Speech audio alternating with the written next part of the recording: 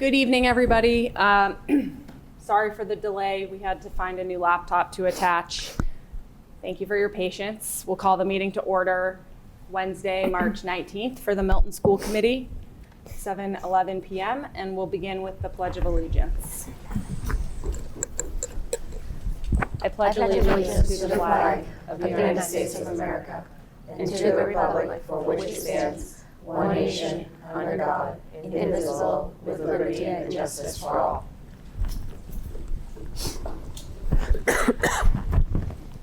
Thank you. So as we look to approve our agenda for tonight, I know of one change is I would like to pull from the chair's report the interim superintendent process topic for discussion to come after public comment. We have some guests joining us this evening for that portion, so we'd like to let them travel home sooner rather than later. So we'll move that up ahead of the superintendent's report and then return to the rest of the chair's report after that. Other changes, I know that Anna, we have the calendar piece under the chair's report, okay, but that's really connected to the policy subcommittee. So we can maybe just tag team that part, or does that work? Mm-hmm. Okay. And then I know that under the FY25 budget update for finance, we will not be doing the capital request revision. That's something we did previously, and we can share an update in the course of that discussion. Are there any other changes people have? Okay. So then with that, we'll just move into public comment, portion of our meeting that we set aside to up to 15 minutes here from members of the community who would like to share their perspectives with us for up to 3 minutes apiece. Is anyone in the audience here for public comment this evening? I don't believe so, but just making sure. Okay. Is anyone online hoping to join for public comment this evening? If so, can you please raise your hand at this time?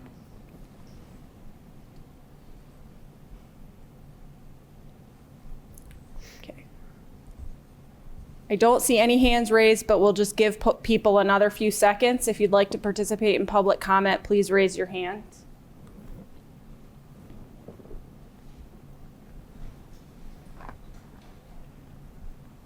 All right. There are no hands raised, right? Okay. So thank you, everybody. With that, we can move on to our first item for this evening. Our next item, rather, is a discussion of the interim superintendent process. I'd like to invite our two guests, and thank you so much for joining us tonight.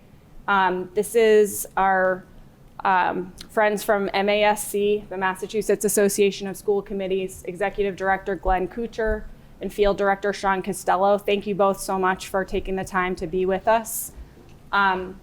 They are here to share some guidance, recommendations for us to consider in the process of identifying the leader for Milton Public Schools beginning July 1st. And this is something you have great expertise in, so we really appreciate your advice and support with this process. Thank you so much. Maybe if you could just sort of provide like an overview of recommendations for how we are proceeding, and we'll then kind of open up the discussion so that we all have the opportunity to be on the same page. Thank you. These are all on? Okay. Yeah. Thank you for the opportunity to speak with you. I'm Glenn Kuchar. I'm the Executive Director of MASC. Sean Costello is our Field Director. Both of us have been involved in superintendent searches over the years. Sean is a former school committee, it's current school committee chair in Marshfield. And back in the Nixon administration, I was on the Cambridge School Committee for 12 years. Let me be a little glib for a moment, but you have extraordinary flexibility over what to do about a vacancy in the superintendency. Because you've indicated that you'll be talking about the superintendency tonight, it would be perfectly legal for you to just appoint me right now. Now, an act of political malpractice, but that's how much flexibility you have. And in the case of an interim superintendency, most districts need to act expeditiously because there aren't a lot of people out there who will fill in for a year. Usually they are retired superintendents. There are superintendents who are not retired who would accept an interim superintendency, but there's a risk inherent in that because they may or may not be able to stay afterwards. You may or may not wish to continue them. So we frequently assist school districts in going through an interim process, which is an expedited process. There's a lot of diligence involved, but it's an expedited process. The first thing you definitely want to do, and we've begun this already, is to let the universe of potential candidates know that you're looking for an interim superintendency. Now, I say that because under certain circumstances, retirees can come back out of retirement and work in a district without forfeiting their pension income. But there are certain things the school committee needs to do in order to be eligible for that kind of a waiver to conduct a search that gets you that kind of a retiree. Those are usually the best candidates, though, because they're experienced. And I will tell you that one real advantage that interim superintendents have is that everybody's on their best behavior during an interim superintendency. Everybody wants to make sure that the interim superintendent passes on to the next superintendent just how terrific the faculty is and who in particular is more terrific than others, whatever it might be.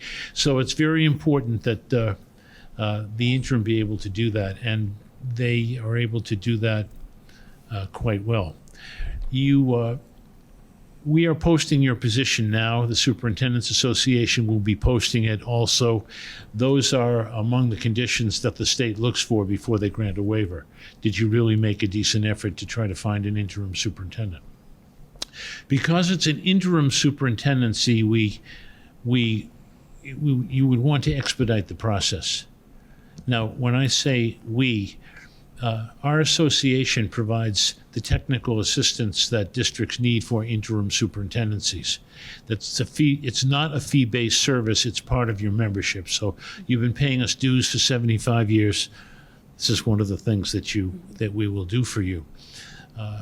We are pretty diligent about how we do it. We take the applications, we scan them, we make them available to the school committee as soon as they are in to us. You may be getting some directly to you if you use School Spring. At the end of the application period, which in your case is March 31st, the school committee can meet, review what's come in, and select someone that they might like to interview. It would be public, so you don't have to worry about the issues around executive session. And after you do your due diligence of interviewing a candidate or candidates, you're not required to interview any, you can interview all. You can make a decision about who you would like to engage as your interim superintendent. And an interim superintendent is simply a superintendent with a shorter contract. Whether it's an interim, a temporary, a provisional, whatever, they all have the authority of the superintendent. So you're appointing someone who will have the full legal ability to administer the school district and take care of business. And you can then execute a contract and work with that superintendent until you're ready to conduct a full search and engage more of the community in that process. So we are here to explain. We're not here trying to sell anybody any services, but at some point, you will need to cast a net to see who you would like to help you with the process. In the past, You mean for the permanent for the superintendent, permanent the full search next superintendencies, year? Yeah. there are districts that will conduct that process themselves, and if some of you may have been part of that process last time, but if you do elect to conduct the process yourself, we can provide you with extensive technical assistance services as well, for which there's no fee. That's the general picture. Now, this document, and this is not specific to Milton, it's generic to our school districts. This is a public document. This is not confidential. It's sort of called the "Oh my God" handout, because many districts find out at very short notice that they'll be looking for a superintendent, and they want to think about what potential candidates think before they apply, what the criteria might be as you get ready for a provisional or permanent search. I think if you review this process, you might find it helpful going forward. There is also, an expedited timeline.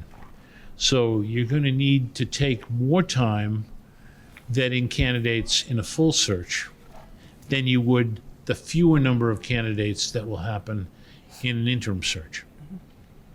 And you could be done within a month. A lot of these things take longer depending upon how much process you have. If the school committee is handling this process, any interviews that you have with candidates, any discussions that the body has will be in public. The executive session option is not available to the school committee, but you won't need it because the candidates will know. And there's less risk to a candidate to apply for an interim superintendency because most of them are retired. Most of your candidates for your full superintendency will be working somewhere and may not want to disclose that they're seeking a job before it becomes appropriately later in the process. Sean's been through this process. I've been through this process. We'd be delighted if you have further questions that you'd like to pose to us. Yeah, and I can just add really quickly. Again, Glenn has done this over 100 times, correct? You've been involved with superintendent searches.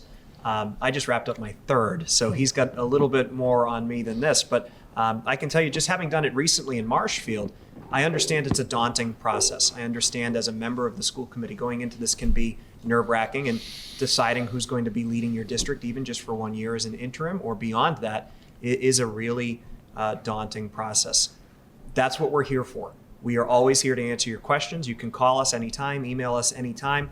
Let us know any questions you may have. We'd be happy to answer questions now, or if anything pops up in the future, please always feel free to reach out to us as a resource. Thank you so much. I'll just say, as chair, on behalf of the committee, having had the opportunity to reach out, get your advice, also be in touch with the Tom Scott at the Massachusetts Association of School Superintendents as well.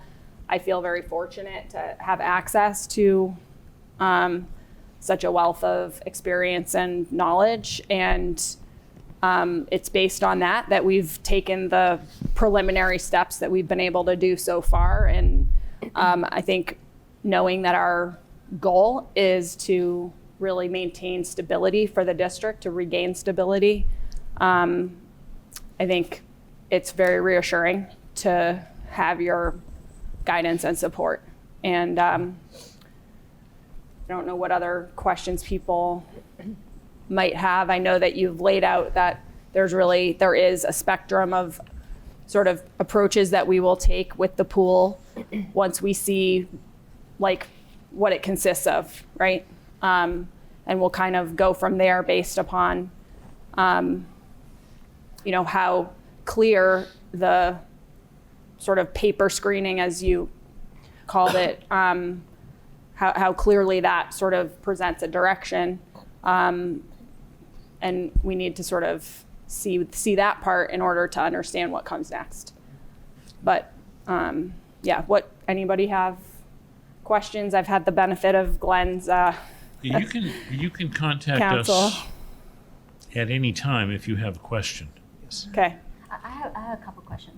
First is that today is already March 19th, Yes. and our deadline for the interim superintendent application is the end of March 31st. That's only 10 days from now. That's not unusual. That's not unusual. For, Okay. for an interim, it's not unusual, and we have distributed the notice of vacancy to about 1,400 aspiring superintendents, current superintendents, schools that train superintendents, and usually people who are looking for a superintendency know to look at the websites of the state school boards associations and the superintendents association. Superintendents get 1 million hits a year, but they post everything. We generally only post superintendencies and interim superintendencies. And at this time of the year, this is when the interim superintendent demand heats up, because this is when the candidates, or excuse me, when the superintendents are announcing their retirements, I see. and things come up late. So I would say for an interim superintendency, this is not likely to be a problem. Okay. If this were a full superintendency for the long term, you'd certainly want about 4 weeks or 5 weeks of recruiting.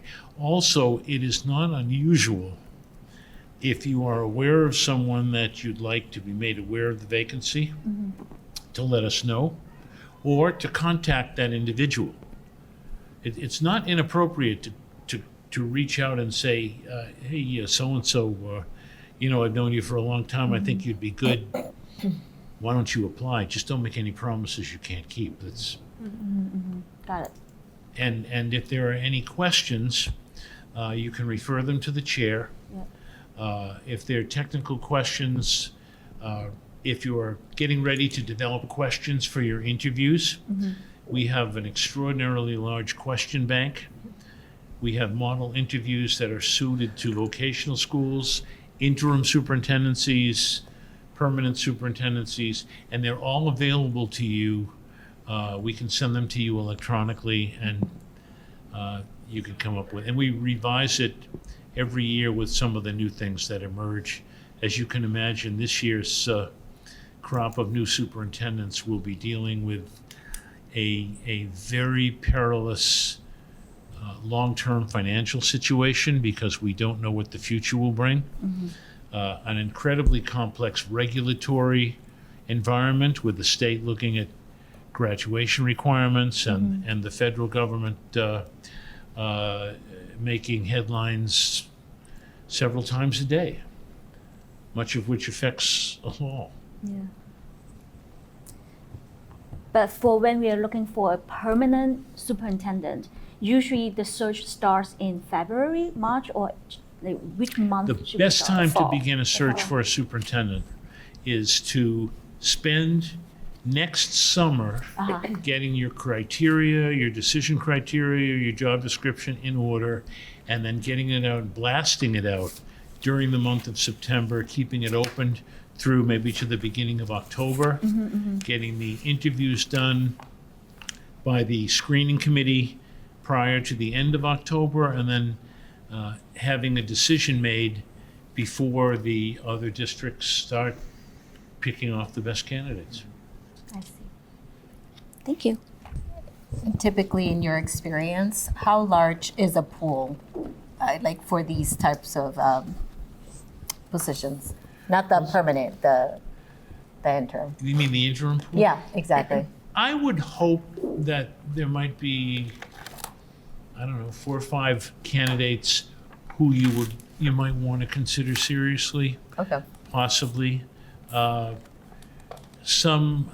are always really good, very appropriate candidates who want to do this, and they stand out very quickly. When you're looking for your permanent superintendent, the average search, Depends on the district a lot of the time, but a district this size, probably anywhere from 15 to 25, and the 25 being on the much higher side. Okay. but of that 15 to 25, you should be able to find in the first round at least 8 to 10 candidates who would merit first-tier consideration, especially if you're beginning your search in September. And interviewing 8 candidates in a semifinal round is typical. I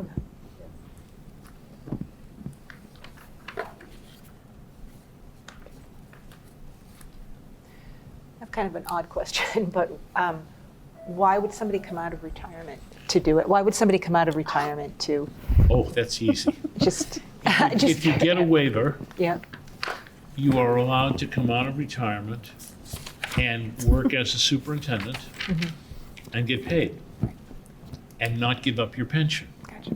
So I will tell you, without the critical shortage waivers, we wouldn't be able to find anybody willing to do this. Okay. With the waivers, it doesn't cost you any more. You need a superintendent, you will have to pay for a superintendent. Superintendent is retired, that superintendent is getting a pension from the state. It won't cost the state anymore. So we think it's good public policy to allow the waiver process because you have the right incentives to get some. I mean, if someone wants to pay you double for a year, Yeah. it's like Christmas all year long. And is a year the, A retired superintendent is allowed to earn in retirement the difference between what their successor in their previous job earned. I'll give you an example. Let's say somebody made $200,000 a year and retired at a pension of $170,000 because they're cutting the spouse in. So that person can earn the difference between the $220,000 that the person who's now the superintendent is making. All right, they can earn that $20,000 and they can earn $30,000 to bring them up to $200,000. They can earn the difference between the pension and their old salary, plus the difference between what that candidate is making now, plus $15,000 in a calendar year. okay, So for a lot of retired superintendents, without a waiver, they can make $60,000 or $70,000 between July and December, and then another $60,000 or $70,000 between January and July. With the waiver, they could earn much more. okay. And if you're a superintendent who retired early, or you're retired from another state and you just want to come in, that can be a really good deal. The out-of-state people generally want to come here because, as they say to us, I figure I'll go to Milton, do a year, how hard could it be? And they think they can phone it in, and of course, they can't. But there are people who, I always wanted to be near Cape Cod. I think they'll apply to Milton because if you're from Muncie, Indiana, you don't know where Cape Cod is relative to Milton. So, when you're questioning the candidates, you should be asking them why us, why now? And when you're interviewing the real candidates for a full-time, you really want to look them in the eye and say, why Milton, why now? I think in this expedited interim search, we're prioritizing in our criteria length of experience as a superintendent in Massachusetts. Because one thing, nothing against people from other places, but for us, for right now, we really need somebody who's brings a demonstrated track record of confronting some of the challenges that we're facing here in Milton. So along with that, we are able to to know about, the extent to which an individual what challenges have they faced, what success have they had in similar situations to the ones we face here in Milton.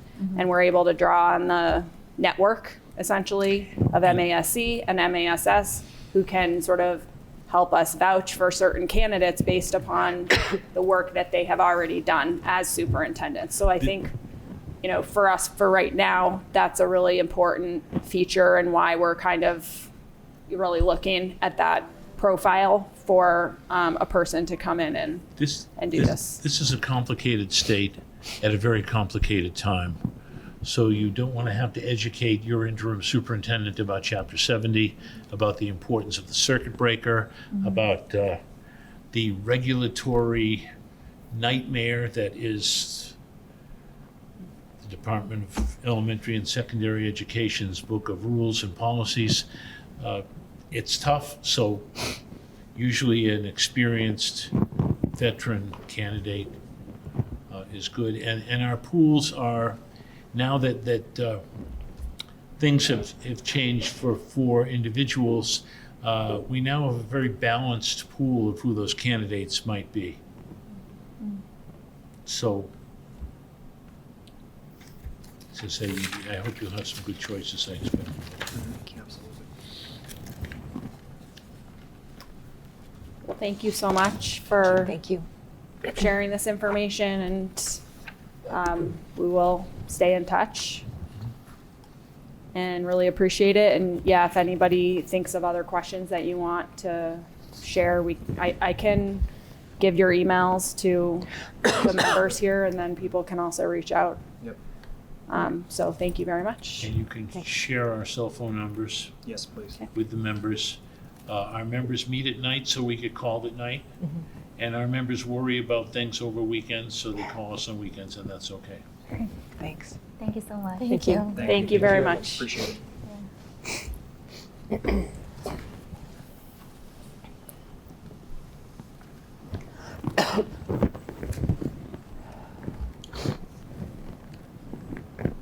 All right, so they thanks have- everybody for do they letting have a them list of- come in front of, and hand search it over to you. committee Right.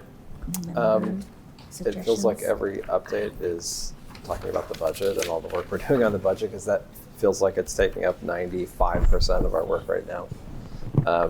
I guess the one thing to share, and I know budget's coming here, and we'll have a lot to share on both FY25 and 26. Last week we had our first grade information night, and one thing I just wanted to kind of flag and kind of share is one of the things that we're balancing, and thank you to Karen McDevitt and the entire admin team and directors, all the people that were part of that. As we're waiting for the override to determine kind of what next year looks like, I think on a lot of things we're having to talk about, well, if the override passes, this is what it's going to look like. If the override doesn't pass, you can expect this. And as you all probably realize, there's a lot of work to do if the override didn't pass to make decisions around how systems function without all of those really critical, essential positions. So that was a big topic of conversation leading up to the first grade information night.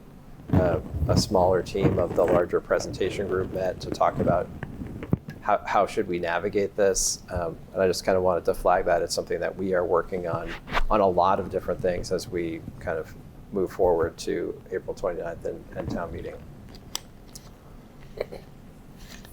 So any questions on that or anything else? Because I was going to introduce our two visitors here. All right. So we have talked over, I think, the last 2 years about doing kind of deeper learning here around teaching and learning. And we, at the beginning of the year, had built in our quarterly reports and have had some other presentations, site council presentations. We had a special ed presentation as well. What we're going to hear tonight is information on our diagnostic assessments, which Brian Selig and Kat Deroche, you guys can come on up, who are exceptional at the work that they do. I think this information is really, really helpful for the school committee to understand it. And I think moving forward to have these every quarter, to have a conversation here about how are we doing. This is one of the main ways that we assess how our students are doing. It's information that we're using in the classroom formatively to make changes to instruction.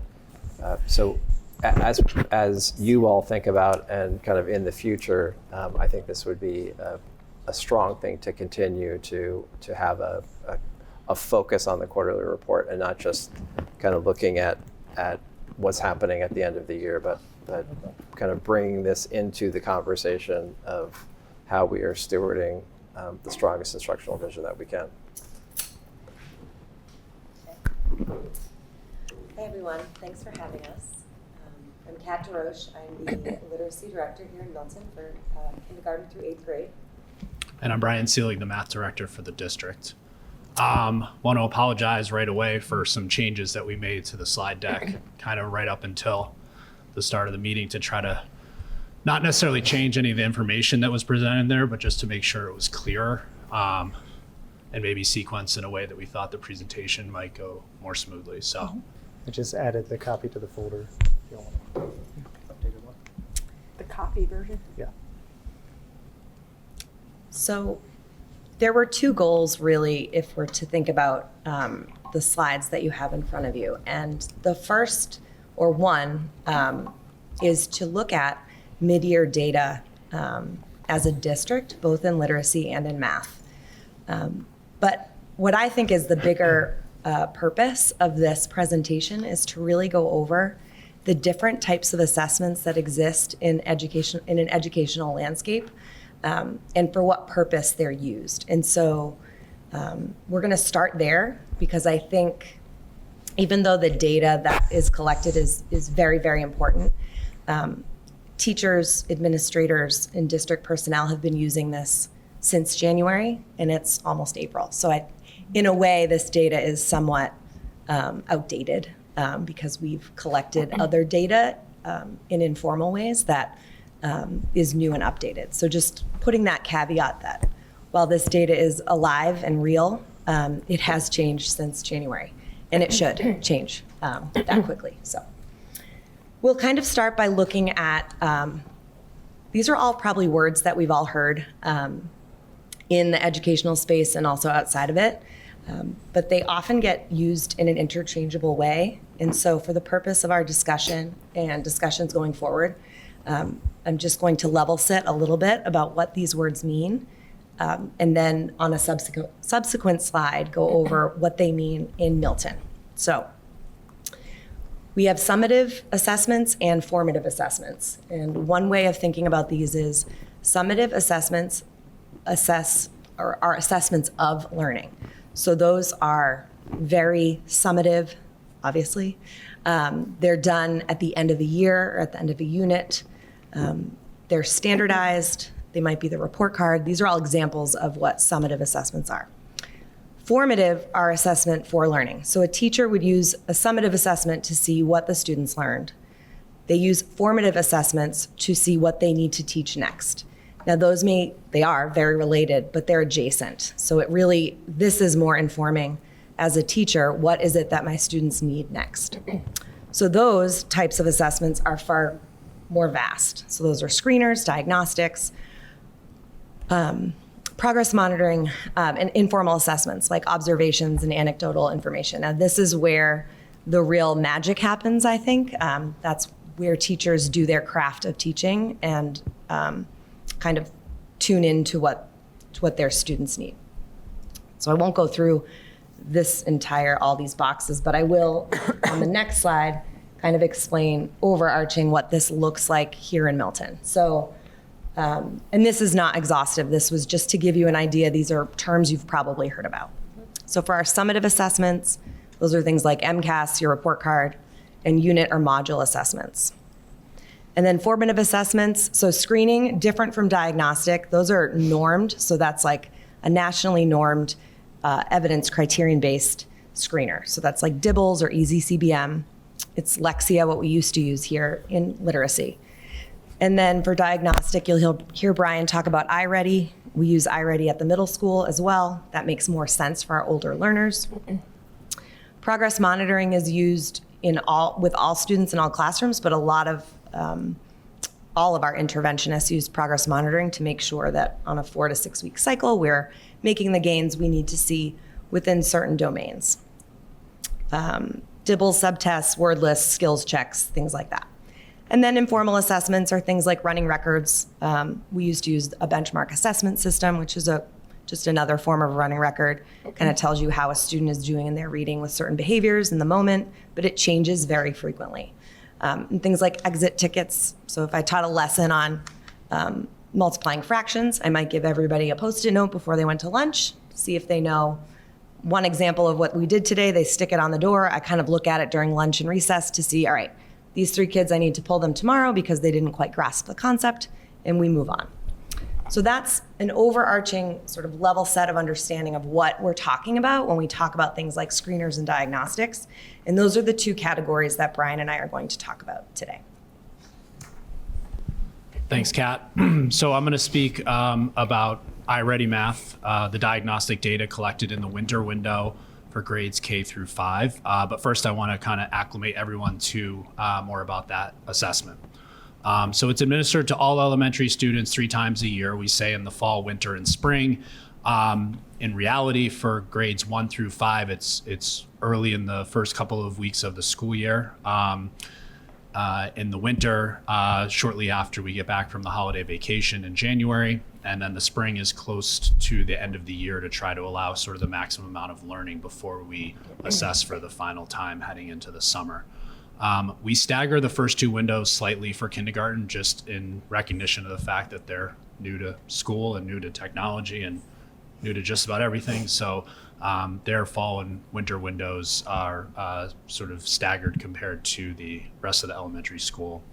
At Pierce, for middle school students, we assess every student in the fall and the spring windows, and then only certain groups of students who we have greater reason for concern and the sort of built-in ability within the Pierce Bell schedule to assess one of the biggest challenges we've run into with iReady at the middle school, and this remains true year after year, is the amount of time it takes for students to complete the diagnostic and how that infringes on instructional time, which is so precious, which is why we eliminated the winter window a couple of years ago.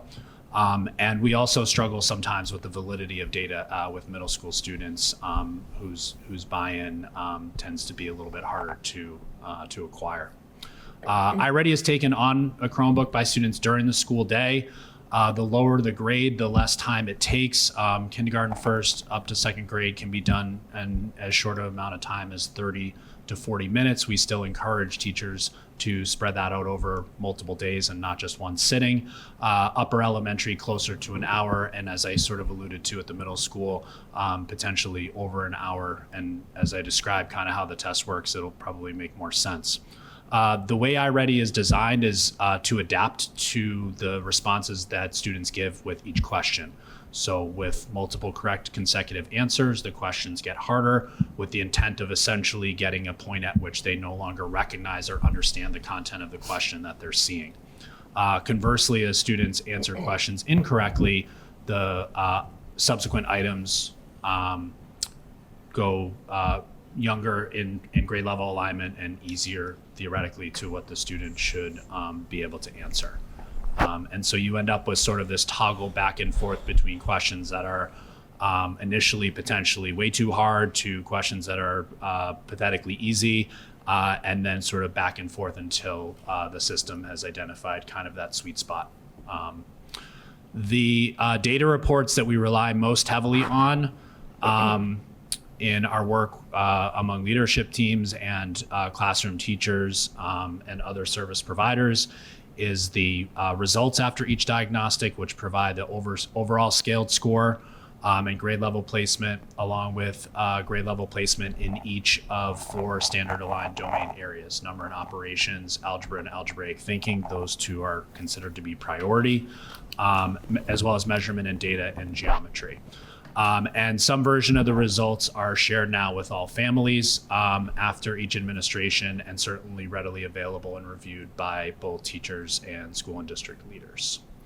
Once we get to the winter and spring windows, we also get growth data, some of which we'll see today, which offers a comparison to the fall overall scaled score relative to the amount of typical growth that iReady expects each student to gain from the beginning to the end of the school year. And those growth reports are, again, a source of analysis for work with classroom teachers, service providers, and district administrators. Once a student completes the diagnostic on iReady, they're prescribed a pathway of interactive lessons based on their performance in each domain area that sort of has them navigate through a series of lessons known in the students to the students as My Path, and begins in the area, the domain area of highest need. And the goal is for each student, really K through 5, to complete approximately 2 to 3 lessons in a normal week and spend somewhere between 40 and 60 minutes doing so. So that gives some context about kind of where this data comes from, and I think where I'll sort of wrap up after we look at the data is to acknowledge that there are some limitations that we have to keep in mind as we look at any data source, but particularly with iReady. So if you can advance to the next slide here. This is one of a few slides that focus on overall placement for our elementary students. At the top from the fall administration, and at the bottom from the winter administration. And you can see sort of the color coding. The point that I want to try to make clear about this slide is that when we're talking about at the beginning of the year, we consider students that are placing one grade level below to not have necessarily any gaps. We sort of expect that placement because at the time they're taking it early in the school year, they haven't received much, if any, grade level instruction. So we wouldn't expect any demonstration of proficiency on the chronologic grade that they've just begun. As we move to the winter, obviously not just the red, but also sort of the placement into one grade level below now draws more of our concern and attention. And so this breaks down, the placement into each category and also the number of students spanning grades K through 5 that fall into each of these 5 placement categories. I thought it might be helpful on the next slide to kind of see where our winter data from this year compares to previous years. And so I pulled that from last year and the year prior, and it's remarkably consistent. We see that's just the best word I can use to describe it. The data from each of the past 3 winter diagnostic windows is remarkably consistent and similar.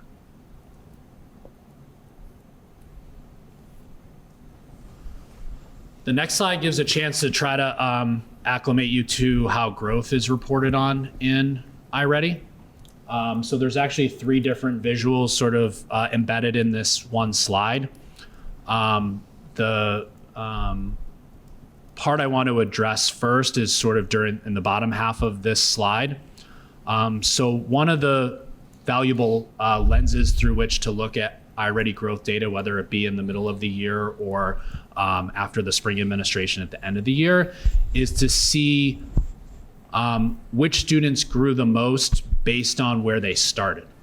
And so this breaks down for us the growth for each group of students based on their fall placement. And I just have to step back to explain what these percentages refer to, and that's really regardless of whether we're looking at any of the sort of 3 embedded images here.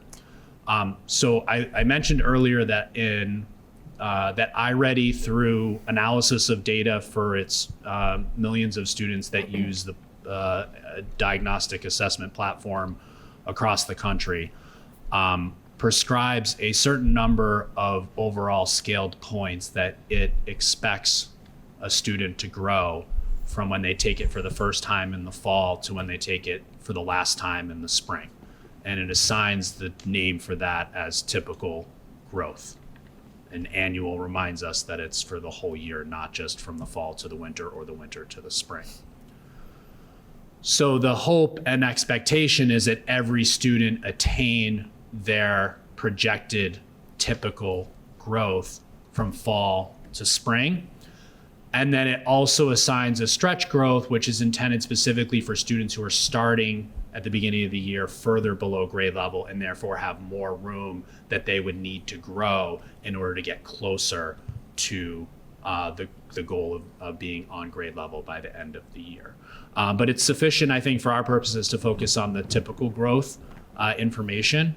And so when we talk about mid-year growth, we're basically saying that we would like to see whichever individual student or groups of students we look at to have attained at least 50% of their typical growth. That sort of feels reassuring that they're on track or on pace. And what we're seeing in the bottom half of this slide is that that's true of the average student in who placed one grade level below in the fall. It's beyond true for students who place 2 or 3 or more grade levels below in the fall. But it's not quite true of the average student who placed early on grade level or even mid or above grade level at the start of the year. And I wouldn't expect it to be the case for students who are already placing on grade level, nor would I be as concerned if students who are already testing on grade level in the fall and continue to do so in the winter may not necessarily be growing by half of the number of points that they're projected to get over the course of the year. Those students we usually see, as we'll look at the data from last year, tend to sort of make up for that growth by the spring. So this gives you a chance to kind of dig a little bit deeper into not just how did our students grow, but which ones grew more than others.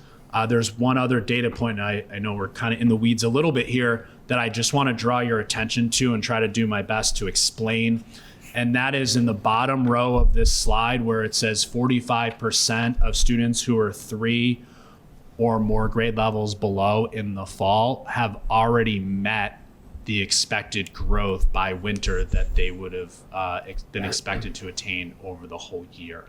So there is some definite improvement happening among what we would consider to be our, at least as far as iReady is concerned, our most concerning population of students. Now it's only 44 of whom we have this data from both the fall and the winter. So it's not, we're talking over 1,000, close to 2,000 students altogether. So I don't want to dwell there, but I'm hopefully in the process explaining a little bit about what you're looking at. If we move to the top half of the screen, the information gets a little bit less vivid. What I can tell you about the graphic in the upper left is that if we take all of the K-5 students who have a score from the fall and the winter, about a quarter of them grew less than 20% toward their typical growth, and another 21% already exceeded their typical growth. So we kind of have this skewed on either end mid-year data that, again, in looking at last year, we'll have some reassurance, I think, that will right itself between now and the end of the year in the spring administration. And then the image on here that I debated about including at all, because it's sort of so unhelpful, is that the median student attained 53% toward their typical growth if we lined up those 2,000 kindergarten through 5th graders from least to most growth. So on target, but hardly, real insightful. If we move to the next slide, because I'm tired of talking about that one, we see kind of a full year's worth of data. Obviously not this year because we're only in March, but looking back, if you advance this slide, I'm sorry, Mark, I moved you too far forward. The next slide, I'm sorry, is a comparison to 2023, 2024. So I spent a lot of time talking about this slide, and then the one that comes maybe before it instead of after it is the comparison to last year, so that you can in the winter. So it's meant to be an apples to apples comparison, and I'm hesitant to bog down in that data. Sorry, which slide is it? I have it as Slide 8. I have it as slide 8. This one right here? That's it right Yeah. there. Okay. Yeah, sorry. No, but this one. Too much time on my hands, I guess. But it still looks pretty consistent Yes, to this year. exactly. There's a couple different, like if we were in last year and we were looking at this data, I'd point out a couple of things that stood out to me, but that was my purpose for including it, is to show that we're pretty consistent. We already said in terms of performance from this winter to the previous 2 winters, I think in growth as well. And if we look now at the next slide, slide 9, this is performance at each of the 3 administrations last year. Part of my goal today is to try to use our time together to anticipate or project what the future likely holds. And because we have such consistency in our fall performance data from this year to last year and in our winter performance data from this year to last year, it stands to reason that our spring data will also be consistent.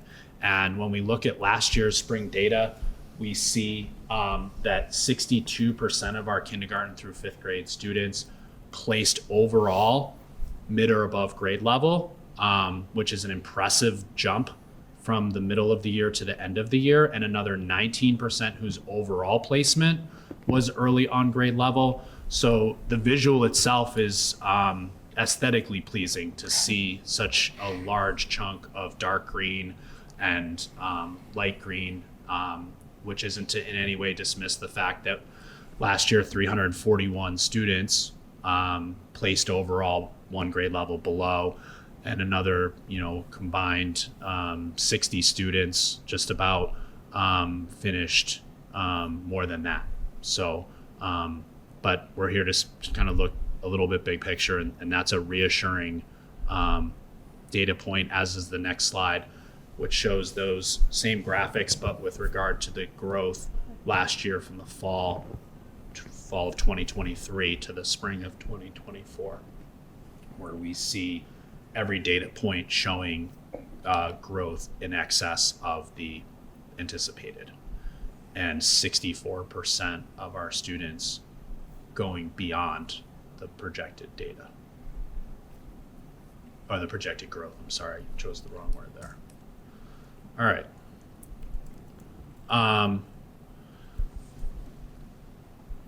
So one of the reasons that the slide deck has changed since it was originally shared with you is it was decided that to keep all of the subgroup data slides embedded in this portion had the potential to kind of draw this presentation out longer than it was intended for.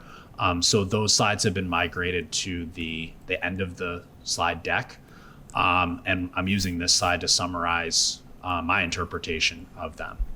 And with reference to slide numbers for your reference. So we continue to see our special education students and EL students perform below their peers. That story is told on slides 28 and 29. But as you advance to slides 30 through 33, I would say that there is some, I use the phrase modestly encouraging comparison measures from last year to this year, a trend that I hope to see continue when that analysis is conducted at the end of the year. By contrast, there's not, unfortunately, and I wish there was a stronger word I could use, much in the way of encouraging trends with respect to our Black African American iReady data. It remains deeply troubling and concerning. And that story is told in slides 34 through 37 for your reference.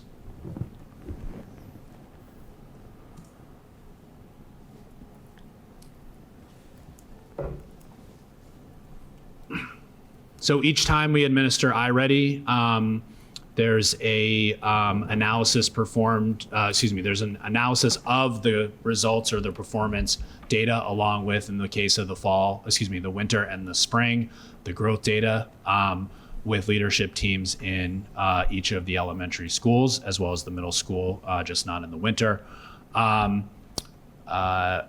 I'm often invited around that time to attend common planning time with grade level teams to review the teacher level data and recommend action steps to ensure that students are getting the most return on investment for the time that they're spending on MyPath lessons in between diagnostic windows. And then with respect to our math intervention team, we look specifically at what's called the instructional grouping report, which shows placement, not overall, which is the data lens through which we've been looking, but in 2 of the priority domain areas, the number and operations and algebra and algebraic thinking. So that work happens in between these presentations and after each administration. To summarize, this year's overall performance and growth is consistent, as we've said, with each of the past 2 years. There are, as has been noted, and not meant to be in any way overlooked, students who are demonstrating significant gaps and placing below grade level. And it's important, I think, in this group to acknowledge the limitations of a classroom teacher in being able to provide the level of intensive and targeted support that students in that reality need. Their responsibility first and foremost is to attending to grade level content, which isn't to say classroom teachers aren't armed with expertise and knowledge when it comes to helping to address small gaps among some students, but large gaps that's not a realistic solution, which is why I add the importance of continuing to develop a robust MTSS model that includes greater access to math intervention services. And then I'll conclude by, in my last slide here, just acknowledging the reality of the limitations in iReady data, period. It is just one data point. We talked about the experience that students have while they're taking it on a Chromebook. And this sort of toggling back and forth between questions that are intentionally too difficult and ones that are intentionally too easy is a otherwise pretty unnatural one for them. And one that requires a high level of attentiveness and perseverance and intentionality in order to ensure that the results are valid. In order for any iReady data to sort of be conclusive and actionable at the learning level, we have to go much deeper than the overall performance and growth data that we've looked at today. And then lastly, it's important to note that particularly within our Into Math curriculum in grades 1 through 5, grade level instruction is concentrated in certain areas. It's not, for those who are familiar with its predecessor, Everyday Math, which was sort of a spiraling curriculum. Into Math is very sort of concentrated in certain topics throughout the year. And that, as a result, hinders some of the growth data at the mid-year point, because students have to that point only received some grade level instruction and only in certain areas, which may be reflected in growth only in certain domains. And with that, I'll turn it over to Kat for Great. some DIBELS information. Thank you. All right. So, DIBELS. DIBELS is the screener that we use here in Milton, along with thousands of other districts. It stands for Dynamic Indicators of Basic Early Learning Skills. And the big sort of takeaways from this to understand what that is it's a set of short, meaning 1 minute literacy tasks that vary in how many subtests are given by grade. And so we do more subtests earlier because there's more to screen and to monitor, and fewer as students get older, with the understanding and assumption that we identify any areas in need of intervention and support, and progress monitor only the students off of grade level for those subtests. The purpose is to provide educators with benchmarks for gauging the status and progress of all students. And another purpose is to monitor student progress. So both for students that are in intervention and those that are not, this can be used as a very short, quick measure that doesn't need to be done in completion during those in-between intervals. You know, if you have a student that you're wondering about a certain area or skill, you can pull them and do a quick 1-minute progress monitoring and keep it moving. So that is a brief overview. Another thing just to note is we do screen all students K to 5, though in kindergarten, much like iReady or any other data collection, we don't, we collect the data after the students have been here for a few weeks. And we use that as a baseline, but it's not really fair to share that or widely use that to dig, to really put our stake in the ground in those first few weeks of school, knowing that students are getting used to being in a school environment. So this is just a brief overview of why we use screeners. They're easily aggregated for efficient analysis. So unlike the iReady assessment, which is a diagnostic and goes over standards, this is more skill-driven, and it's meant to be quick and efficient so that we can quickly and generally aggregate students into certain groups. And again, not to keep them there, but to then know who do we need to follow up with to dig deeper, to get more information. This is not used in isolation.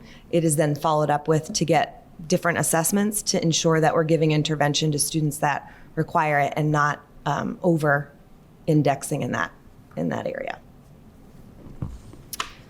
All right. Screening data is used. The goal is to be able to distinguish the unique struggler from the population and understand and analyze the struggling reader's profile and context to drive more effective programming and support. So if we see that universally across the district, all students over the course of the year are not able to demonstrate mastery or understanding in a certain domain or skill, that would tell me it's a tier 1 problem. If it's very discrete and there's a small population, that's where we bring in the intervention. So what Brian was talking about with MTSS, really layering on interventions and not and using data to drive any changes to instruction or intervention. We want to be able to regularly answer what percentage or number of our students are at risk in each areas that we assess. How do these rates differ by grade level? What are our instructional strengths and weaknesses? And what are our priority issues? So these are always questions we're asking ourselves, especially in the intervention, in the reading team in our group. All right, this next slide kind of gets into the actual data. So this is an overview of the fall and winter composite scores for DIBELS this year. So a composite score doesn't indicate one particular subtest. It's a combined score from multiple DIBELS measures, providing a comprehensive estimate of a student's overall early literacy skills and or reading proficiency. So it is a general score. While we use composite scores, that is not the first score we look at when looking at this data. While it does sort of give you an overall estimate of students' reading success, when we're thinking about how we're using the data, which is to identify what students need, we want to make sure that we're grouping like students and that we're taking into account the weight of different subtests. So in other words, excuse me, if a second grader is doing great in everything, but might not be grasping that comprehension just yet, in September, we'll say to ourselves, okay, they're doing great, they're gonna get second grade reading skills, we're gonna progress monitor them. But if they're still showing some deficiencies in, say, letter sounds or word decoding, we're gonna say, okay, we're gonna really get those foundational skills up to par so that we can see that progress in other areas. That's just an example. But I say that just so that we don't put too much stock in a composite score, but it is the best way to kind of look at trends when you're talking about such a big group of students. So as we look at these bar graphs, it shows that our kindergarten students, as we would expect, are making huge gains. And in each of the other grades, we see either an uptick or a pretty steady plateau. And this is very consistent with previous years' progress. So you'll see that the blue are students that are above benchmark, the green at benchmark, yellow below, and then red well below. One other thing to note is that in grades 4 and 5, there are only 2 subtests. So this brings in a potential reason why we see less shifting at those grades over the course of a full year. And that's because they really just work with the comprehension assessment, which is it's called a maze assessment, and then an oral reading fluency. So we listen to students read and see how their pace and their rate is, and accuracy. Okay. We can move to the next. All right. This is just showing what last year's winter scores were and this year's winter scores. So I don't know that there's statistical significance to any of the differences in these. Bless you. Except for kindergarten, I will say, we see a bigger jump. And then in grade 5, we're seeing some more movement. But generally speaking, it's pretty consistent. I do want to note that the implementation of UFly this year in grades K1 and 2 could account for some of that extra growth. It's something that I wonder. We'll certainly dig into it, but it's a positive change nonetheless. All right, so we can continue. So this is the composite scores for the complete beginning, middle, and end of last year's data. Again, as we would expect to see, it goes, we see the blue getting bigger, we see the red getting smaller. In 5th grade, we sometimes see that dip. I do wonder if it has to do with engagement in 5th grade. There's a lot going on. I don't know, that might not be it, but it's something, that we consider when we look at when this is administered, much like the iReady. It's September, January, and June, though we have played around with it and done late May, but we don't want it to be too early. So we see that in 8th grade as well with the iReady. They're often tested out after MCAS and all that. So I don't know, could be a factor, but something we look at. If we go to the next slide, this is really where we spend most of our time, both with teachers and with interventionists and building administrators, is really looking at the subtests, because again, it's really specific to a grade level, and the skills that are listed here contribute to a student's overall reading profile. So, as I said, there are fewer tests in the upper grades. We're no longer screening universally for foundational skills, but when there is a flag or a student who has been in intervention, we continue progress monitoring them in those foundational skills to ensure that the universal application of mastery is being, done on an ongoing basis. So those first 2, grades 1 to 5 take the subtest of oral reading fluency, and grades 2 to 5 take the maze reading comprehension. And that shows what those grade levels are specifically, how they're demonstrating competency in those areas, and this is from the fall of this year. Some of the more dramatic shifts that you'll see between this slide and the next are on that bottom row of subtests. Letter sounds, decoding, and word fluency, so those are very foundational skills. And you'll see that, I know it's a little weird, but Mark, if you could go to the next slide. If you look at the shift in color, if you just kind of go back and forth for a second, you can see that there's been enormous growth when it comes to those foundational skills, and that's very encouraging and really points to a strong implementation of the UFly at a tier 1 level. And I just want to take a moment to just shout out all those teachers who are implementing it with fidelity and really sticking with it. They're amazing, and it's looking great in all the classrooms. So well done.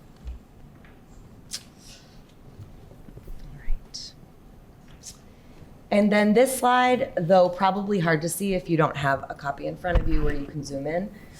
This is taking a look at subgroup growth from fall of this year to winter of this year. It categorizes it as average growth, so above average or below average growth from the fall to the winter.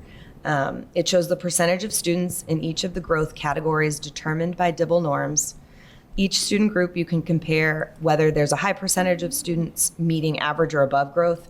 We use this data to make goals that we might want to see in the future. So identifying if we want to see, 50% of a certain subgroup make average or above average growth. This is a new measurement that we haven't used in the past. In terms of using it as growth, we've looked at performance data, which can be different. But this is really showing that we have a pretty, I don't know, like 50-50 in a lot of cases, averaging for our growth. It'll be interesting to see what this looks like in the spring, to see if we're seeing, an increase in that. But it's certainly an important data point as we look to increase growth for all subgroups in the district. Sorry, Kat, by 50-50, do you mean 50% above and well above? Yeah. And 50% average Or below, average? correct, Okay, yeah. thanks. Sorry about that.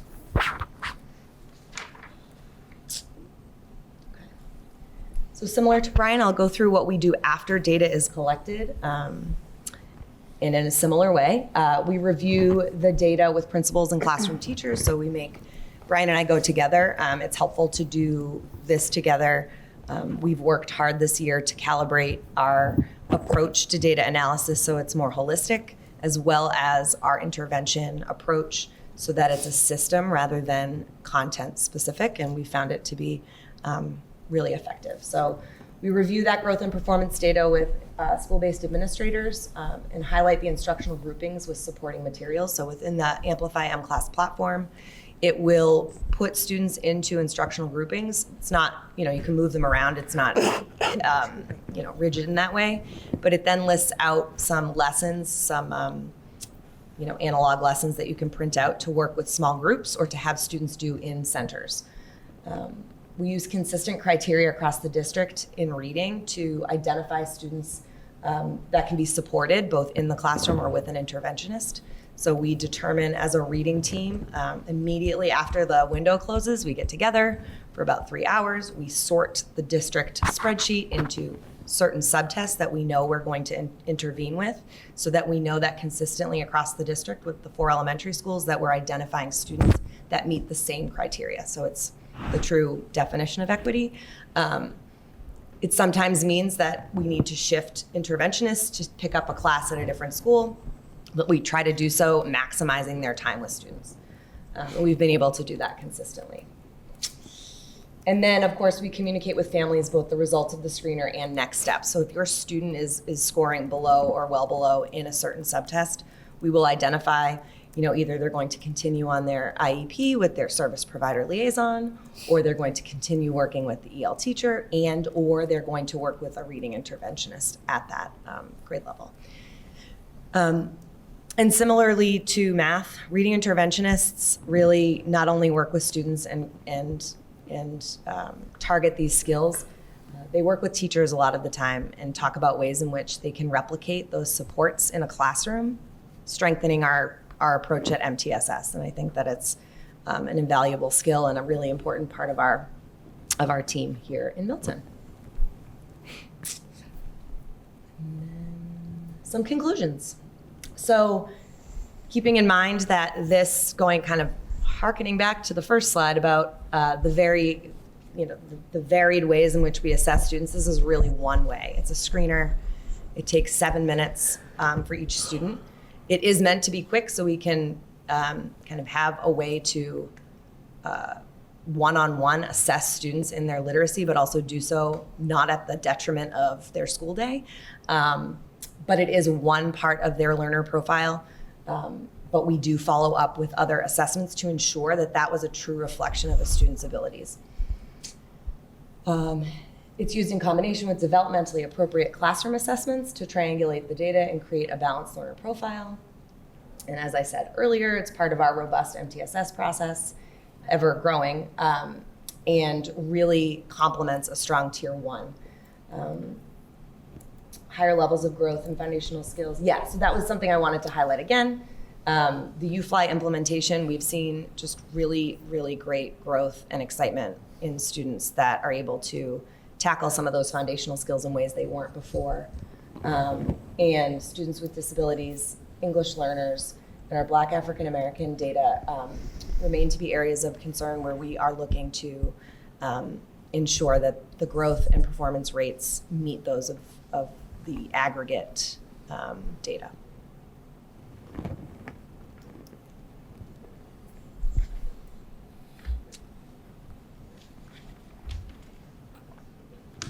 Thus concludes our brief Are very presentation. Content light.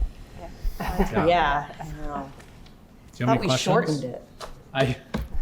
I would just like to say I thank you so much for all the work you put into this, and I know that even as of today, you were revising those slides, trying to focus really in on answering as many questions as you had and having resources for the school committee members to look at in the future.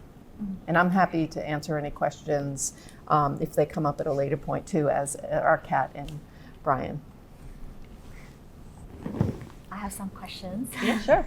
Because the data we see is only focused on elementary schools. Do we have any data for middle and high school? Because even for DIBELS, we don't assess after after 5th grade. But for math, right, the iReady, it seems like middle school and at least for middle school level, we still do that assessment. Do we have data for the middle school grades? So we do iReady both in reading and math at the middle school. Okay. The high school does not have a generalized assessment, but we do use iReady with certain students to progress monitor. Yeah, more as an intervention tool. I mean, for a very small percentage of our high school students who are showing signs of potentially being significantly below grade level, and helps sort of figure out and customize the best way forward for them. This presentation, if it were done at the end of the year, would include some of the same opportunities for comparison between fall and spring for our middle school students, both in math and reading. But to include fall data at this point in time from 6th or 8th graders, I think would have been too outdated to feel like we were using your time well. I have a few other questions that I would like to have clarifications for my understanding. Regarding I remember you mentioned something about the first and the kindergarten and the first grade, they don't do the fall assessment because they need to know how to use those computers, softwares. So you would do that staggering up with the winter assessment. So when do the kindergartens and first graders do their assessments? Like which month would that be? I'm glad you asked. So to clarify, it's just kindergarten that Just we do that with. kindergarten, okay. So everyone else, 1st through 8th grade tests in the month of September. We sort of offer, I would say our elementary data is generally collected a little bit earlier than at the middle school, but I'll just, for the sake of answering your question, say that happens in September. Yeah. Kindergarten doesn't test for the first time until just after, like the beginning of November, sort of that period of time before Thanksgiving. Got it. And then the winter window for grades 1 through 5 opens shortly after we come back in the So new in year in January. January. And for kindergarten, it was the 2 weeks leading into February vacation. So not that much different. And all the data that you saw included kindergarten. So the window was sort of that I grabbed those, the data from was just widened to make sure that all K through 5 students were included. Got it. You also mentioned about the multiple day testing. instead of one sitting, you recommend teachers to do it on multiple days. I also noticed that some of the testings, actually for all the grade levels, is not 100% student participated. Is it due to maybe some student might be absent on one of those testing days, so the data is not utilizing? So usually we try to be flexible enough with the window to capture data for all students or as many as possible. In order to have growth data, we need both a fall and a winter within the window that the capture was taken. So, I mean, there aren't as many students new to Milton public schools during the school year as are missing as far as data points, but those are examples of students that might have come in and been tested when they came in, but their data is not reflected in what was taken there. It does occasionally happen, and less so at the elementary school because the day's a little bit more flexible, where a student will begin the diagnostic at the normal expected time, and then for extenuating circumstances be unable to complete it during the 21-day window that they have to complete it, at which point the diagnostic automatically resets. And by that point, they either, the sort of choice is either made with consultation to start over again, which might mean that their data is not captured, or depending on what the circumstances were, maybe forego that administration and wait until the next chance to collect that data point. So it's not, we don't get everyone, but we try to set it up in such a way that we're assessing as many students as possible in the intended time frame. Got it. And you also mentioned about the new math curriculum is into math, and you Yes. say it's more focused on specific areas of math, and compared to the old curriculum we use, is more spiral sequence. Correct. Is there a reason why we switched to this new curriculum? That's the first question. And second of all, do you see the benefit of the new curriculum, and or maybe the comparison of the new curriculum result with the old curriculum results? Which one is more effective, and should we stay with the new curriculum? So we don't have iReady data that goes far enough back to give us the ability to compare the everyday math that we were using for many years before I came into my role and into this district, which was 2019. I think it's okay to draw a comparison to where we were in math at that time with where I think we may be right now with ELA, which is that we had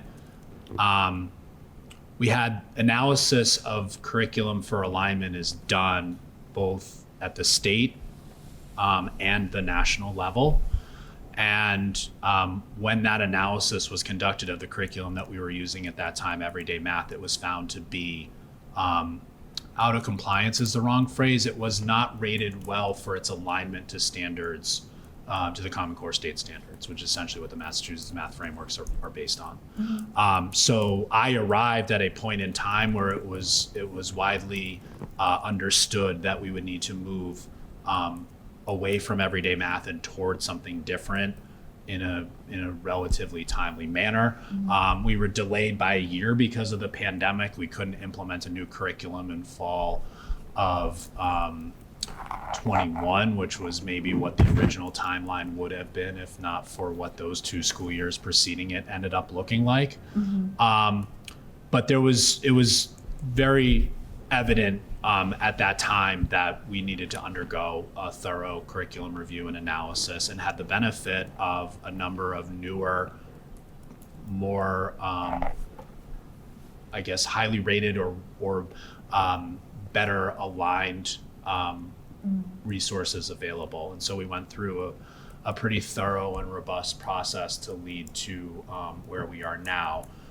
Which is at the elementary level, actually, with two different core curricular resources in place, Bridges in Mathematics in pre-K and K, and then, as I mentioned, into math in grade 1 through 5. So we didn't replace everyday math because it happened to be spiral in its design. We replaced it because it wasn't well aligned to standards. I see. And so happens that what we replaced it with, and this is not as true for Bridges, and why I didn't mention it for kindergarten, where there is greater integration of topics throughout the school year and the design of the curriculum and into math, which holds true for the curriculum that we use at both the middle and high school as well. Topics are pretty concentrated. They're taught to mastery within the sort of units that it's organized in that way. I don't know if I'm describing it clearly enough. Like algebra is algebra, geometry is geometry. Yes. And Yep. So exactly. So the into math curriculum is designed in such a way that they're called modules. Basically, modules address a specific standard or topic, and then a few modules combined together to make a unit that all has a similar theme, targets similar and related and interconnected skills. But as an example, in third grade, a lot of the instruction that happens from between the fall and the winter diagnostic is in understanding multiplication and then division. There are a lot of other topics that are taught during the second half of the year in third grade, including the introduction of fractions and understanding what fractions are and how to work with them. So students taking the iReady, third graders taking the iReady in the winter, in early January, have not received any instruction on fractions, but are very likely to encounter questions on the diagnostic about fractions, which we would expect them to answer, but that would sort of hinder their ability to place very high within the domain that fractions fall into. Does that make sense? Yeah. I don't know that would have been any different with everyday math if we would have seen some of those domain subscores in the winter jump more. I wouldn't have been a reason to keep it, but it's possible. How high can? I'm not sure if this is a question. I love how you started. How our students are put into different math class in middle and high school?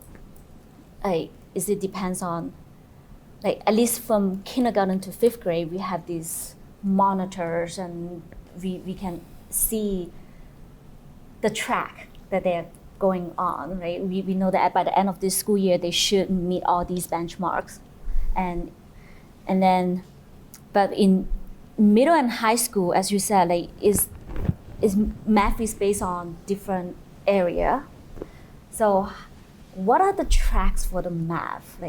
How do students advance from, for example, algebra 1 to algebra 2 to geometry, or is that a different way that you can choose different math classes until the senior year you can get AP math or calculus classes?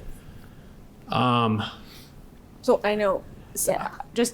so I just want to point out that is a great question, and I think it also kind of goes a little bit beyond the scope of this. So I'm just because we could have a whole conversation about that unto itself, the course placement and whatnot. So maybe just. I think I'll do my best to answer it concisely. Sure. Sorry. So I don't think of what happens in math in 6th through 8th grade to be markedly different than what happens in K through 5, other than that they only have a teacher for that subject area, and then when it's time for literacy, they go into a different room with a different teacher. But the same idea holds in middle school of this sort of integration of topics, standard aligned instruction, and heterogeneously grouped students all the way up through 8th grade. And then at the high school level is where different opportunities for advancement of learning are first introduced, both in terms of how classes are coded as honors college prep versus AP. And it's really hard to kind of go much deeper than that without kind of sharing the visual graphic that shows what math pathways are available to our Milton High School students, which I'd be happy to share. I emailed you a copy. Okay. It's on the high school course of study page. Oh, I know that. Yeah. No, I have that file, but how do you know that after you take Algebra 1 in 9th grade, you can take Algebra 2 in 10th grade, and then like things like that, like the different sequence that you can take all those classes? Like how do students know? Yeah. The, Oh, okay. that's And last question. Okay, because then I want to make sure other people can ask questions, and we have to move on Yes. to the budget too. My last question would be, how do you know the students of English learners is lacking the language skills to read the prompts of the math problem comparing to, or the English problem comparing to having the math calculation skills that they are lacking? So how do you know which one is? It's a great question. I'm glad you got that one in. We don't know. I mean, iReady is only available for students to take in English.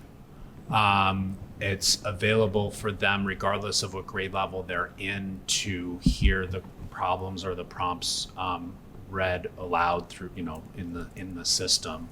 But for our EL population and our students with disabilities, it's impossible to decipher from their results what is the cause of any gaps that their results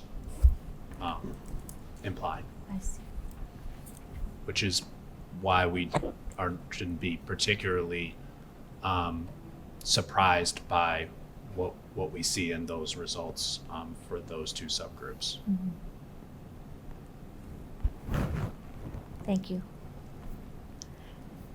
Can I ask a related question? So for the conclusions, and it came out about DIBELS data as well as the iReady, excuse me, underperformance for students with disabilities, Black and African American students. And so the note is that data remains an area of concern. And I guess the question is, like, what are we doing around that? Because I know that this is an ongoing concern. And is there research being done? Is there a group? Is there, like, what are the action items around that? Yeah, so it's a great question and one that is being asked on a national level and a local level. And I think I've been here for almost 15 years. I think it's been pretty consistent. It's really complicated and involves a lot of layers that have nothing to do with literacy and math. And I think it's something that, we would need to change a lot of things in order to dig into like what that is. And we haven't done that. But it would be a great thing to discuss, I think, at the district level. I don't know if you agree or see something different. I can add just a little too. Yeah. I mean, I think we understand that, and looking at our MCAS data, we had the same issues identified. And one of the things that we're really working on is developing an MTSS structure that addresses multiple areas of a student's development, not just their academic performance, but supporting them with social, emotional, and other needs that they may present. And, continuing to work on the Tier 2 and Tier 3 interventions. Today's presentation was really focused on how are we looking at data for students at the Tier 1 level and our curriculum, but designing specific instructional groups that look at students. And I have to say, Kat and Brian, having worked other places, really work to have some fluid groupings between students when we do different testing. We are using sort of what we would say is state-of-the-art decision-making in terms of the groupings of students. So we need to look broader, have a multidisciplinary team, design interventions to help and support them. It's, as Kat said, extraordinarily complicated. I guess and I appreciate that, and I appreciate your answer. It's just the question comes up every year. Absolutely. And the data doesn't change and the answer is the same. And so if there's information that we don't have or conversations that we're not having, what can we do to change that? Because it just is really disheartening to not see anything change. And I think the work is amazing, and I think like all of the the screeners, having more earlier dyslexia screeners, all of those things are important. But if we're still not impacting a level that's consistently been an issue, I don't know what we're doing. So I just think it's something that really needs greater attention and like a concerted effort and a plan. And I just don't feel like we have one yet.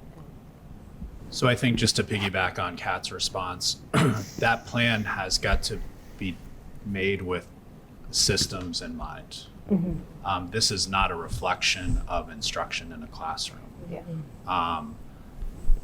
We can actually look more intentionally at our EL and our special education subgroups and assess the design of instruction that's happening there. But it's a lot harder to do with, our Black African American student population because nowhere in any of our classrooms are teachers instructing differently based on the race of the student in front of them.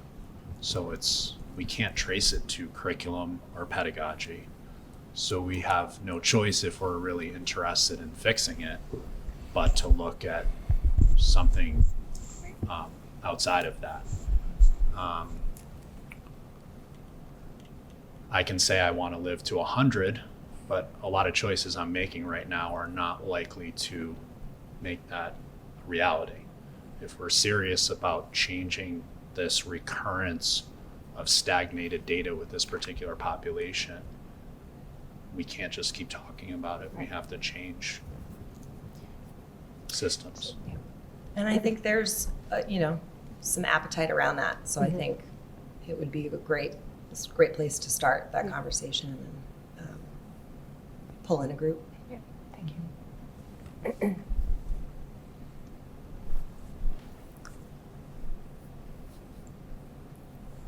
Yeah, I mean, I'll jump in here. I can continue to agree with that statement, and that that is an urgently pressing issue kind of within our district of, what are I guess the question I'd say is what is the new strategy in which we have looked to implement in terms of how we are utilizing our small group instruction, things like that. The breakdown of African American students and others is really also a breakdown within our K-5 schools, right? Of Tucker and the other schools, we know the demographic breakdown across kind of those school buildings. And we know that Tucker has historically seen lower performance amongst its student population than the other schools. We are a small town. We should be able to kind of direct resources into the places that is most needed.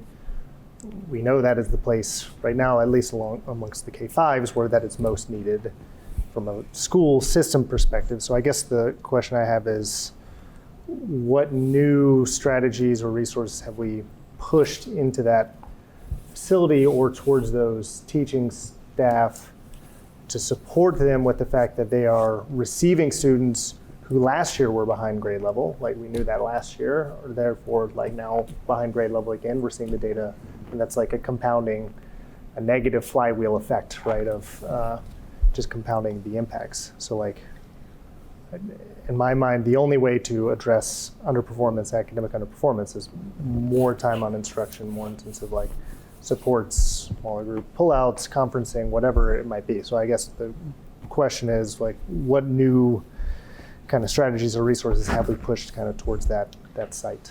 So I think to Brian's point, our systems and structures have remained the same. So in that light, there is not a new approach. In terms of curriculum and intervention, as described, we look at the district as a whole and sort by need. And so equitably, they're getting more, say, per number. The population is smaller, but it's getting more support, so the percentage is higher. But the approach district-wide has not, the system is still the same, if that makes sense. the equitable distribution of support is there. So it's not like we're putting one staff member in each building. We're seeing who needs what where with the same metric so that the students who need the support get it. I just keep, going back to that sort of definition of insanity of like doing the same thing and expecting different results. Yeah. So I think it just points back to that point about maybe zooming out with at a different time with a different group to ask some of those questions too. I don't want to let an opportunity pass without recognizing the job that Principal Hogue has done so far in her first 9 months in that role as principal at Tucker. I've been in that building by her invitation to meet with teachers and try to combat the trends that we see, maybe more than in the previous 4 or 5 years combined. And that's kind of how this works, is that principals drive instruction in their building. They identify the areas that they want their staff focused on, and then they tap into people like Kat and I to help make those actionable changes. But she's inherited the staff that she has, which is great, but also has some inexperience in it. And I think, again, if you're looking for answers, if that's the area of student need that's the greatest, it seems that we should deploy our staff with the greatest skill level and experience to it. So again, we can sort of talk about what Kat and I are doing, and that might show itself in the margins. But that's an example of a system that has not really been, to my knowledge, explored or considered or done to really prioritize the population of students in that building.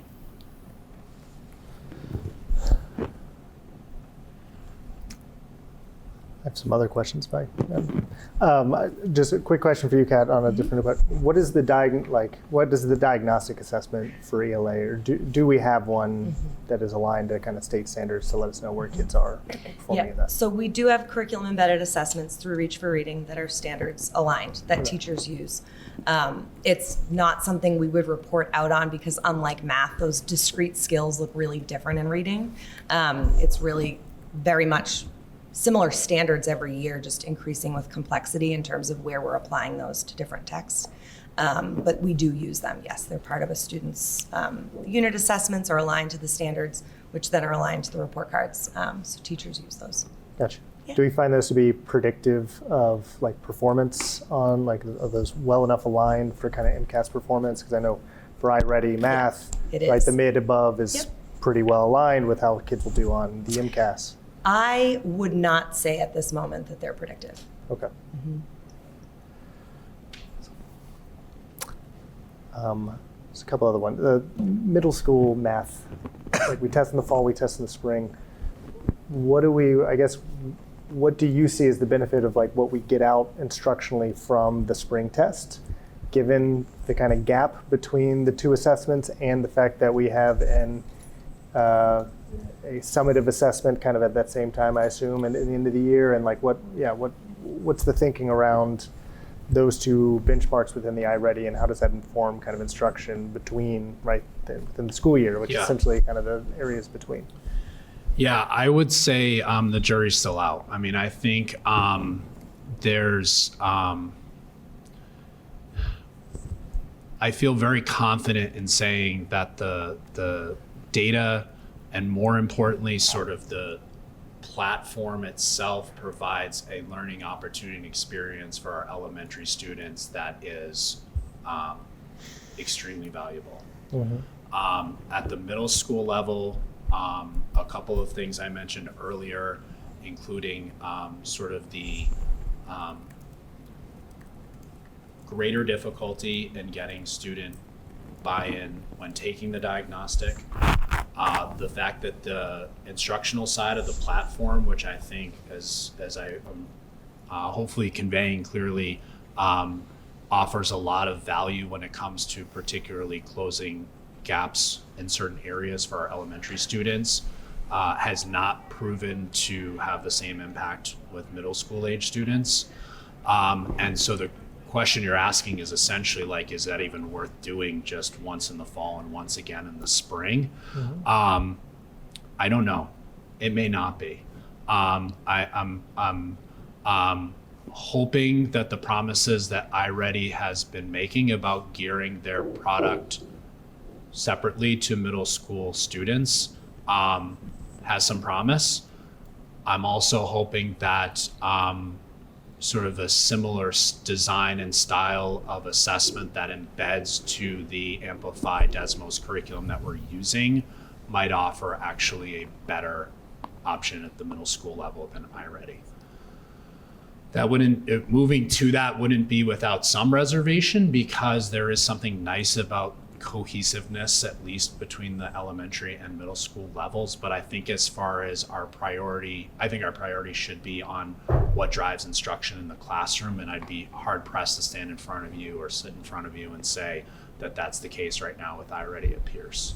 So I think if there's something that would do that better, that is embedded into the Tier 1 curriculum that we use, that we should strongly consider moving to it. That's not yet available as the case, but something we're looking very closely at for potentially as early as this fall. Yeah, great. Yeah, totally agree with the point of it's got to drive instruction. Yeah. Otherwise, what are we doing here? So great, appreciate that. I guess just one other question. I appreciate it, Lizzie. The annual typical growth rates and things, and then the stretch growth rates for iReady math. Where, for the students who are 2 grade levels below or 3+ grade levels below, where would if they get to 100% of kind of typical growth within a year, where does that get them? And then, like, I'd assume it doesn't get them to grade level. So I assume the stretch goal is kind of the thing that gets you close to the grade level. And I guess maybe it varies on the kid and how far off they are. But I guess the more question is, like, for those kids in particular where we actually need them to grow at a faster rate than the other kids, do we have goals around how much of the stretch goal they need to get on kind of an annual basis in order to help catch them up by the end of 5th grade? It's a great question. There is some correlation available there. The stretch growth, if typical growth gains you the expected year or so of overall placement, the stretch growth doesn't do more than 2, but somewhere in between there. Mm-hmm. So you're right. If you want to use, say, a 3rd grader as an example, whose placement, and again, it's an overall placement that's at the kindergarten level likely means that student is multiple grade levels below in each area. Mm-hmm. We put far less emphasis on gaps that show up on a diagnostic and measurement and data and geometry. Mm-hmm. For a couple of reasons. One is those don't tend to be gaps in that sort of specific area that are prohibitive of accessing grade level content the way it would in one of the other domains. But a student that far below overall is almost certainly at least a couple of grade levels below in each area. So the intention of the additional intervention is to really address the gaps as they exist in those priority domain areas. Mm-hmm. The other thing I'll say is that we've seen sort of a loss in the validity of results when you get to gaps that are that wide. Yeah. When you have students that are placing multiple grade levels below, it's a little bit hard to have as much faith in those the specifics of those results. Mm-hmm. They're bringing some of that like discouraged experience into the test itself, which is harming their performance. Which again isn't to dismiss it, but iReady's sweet spot are students that are within at most 2 grade levels and better yet 1 grade level in any particular area. those gaps can be closed pretty effectively just by attaining the typical growth. So the students that we're talking about are often getting a heavily modified curriculum with a lot of prerequisite reinforcement in a tier 3 setting, often by a special educator, less often by a math interventionist. The measure of success for those students is not always tied to their iReady performance. If that makes sense. Yeah, that does make sense. Okay. Last thing is not a question, but more a comment. First, I really appreciate you coming in and letting us talk about instruction and not budget for a little bit, as much as we're going to need to talk about budget. Really appreciate that. And I guess this is maybe more for y'all, but I still think we talked about this in the fall. But for me, having a sense of like, what are some benchmark goals that we're actually looking at as it relates to these iReady, like winter performance, right?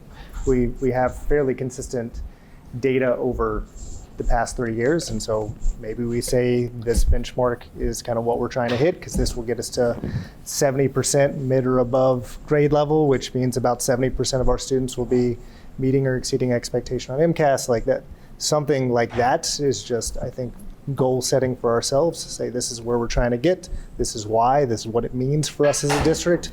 70% would put us in the top 10% of the state in MCAS, like those types of things. Yeah. To me, would help drive the conversation and help us like have a North Star as we have the conversations. I think that's a great point, and like wondering if that's something, given sort of what we're preparing for here, if that's work that could happen this spring, to sort of not wait to have that conversation, not that it's, just to. Yeah, I mean, what we had been talking about, I don't know where that stands right now, but looking at key performance indicators. So I think it's kind of the same thing, Mark, that you're talking about in terms of looking at the work that we're engaged in, the systems work that you both are talking about, that we've articulated in the implementation plan around instructional framework, assessment system, all those things, right? That we can't just keep doing the same thing over and over again and expect to put more staffing into place, and that's just going to fix everything, right?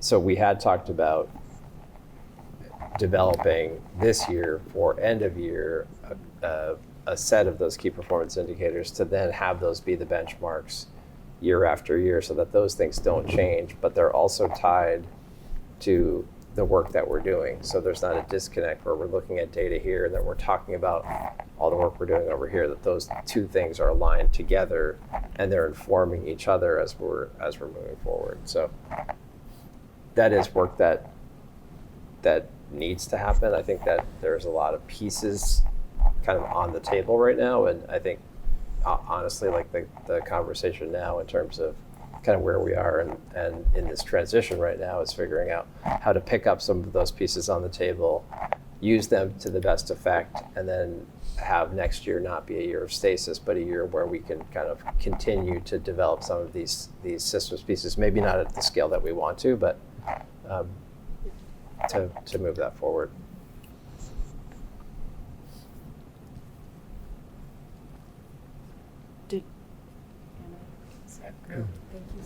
Thank you. Thank you. Yeah. If you have other questions, just email us. Thank you very much. Thank you for having us. Thank you. Good luck Thank with you. the rest of your Time and night. your thoughtfulness around I all think this. that's it, right? Isn't Yeah. it? So This is far more interesting. I think it does. I think, and thank you all. Thank you for the great questions that you asked. I think it does sort of show how much the committee benefits from having that opportunity to sort of really make connections and ask questions and get informed. So, yeah, the idea of having this become a more routine, like, feature of the ongoing learning of the school committee in order to inform decisions, I think makes a lot of sense. So you want them back once a month?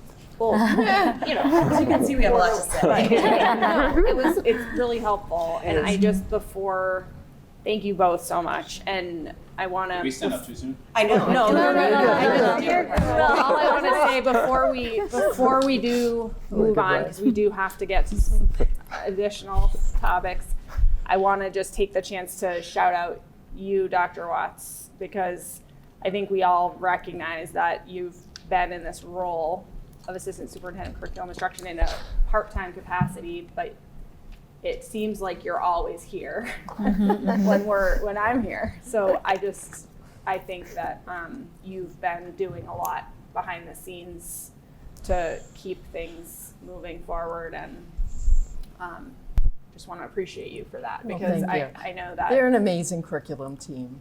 They really are, and experts in their domains. So I is true. appreciate working with them. I really do. Thank you. Thank you so much.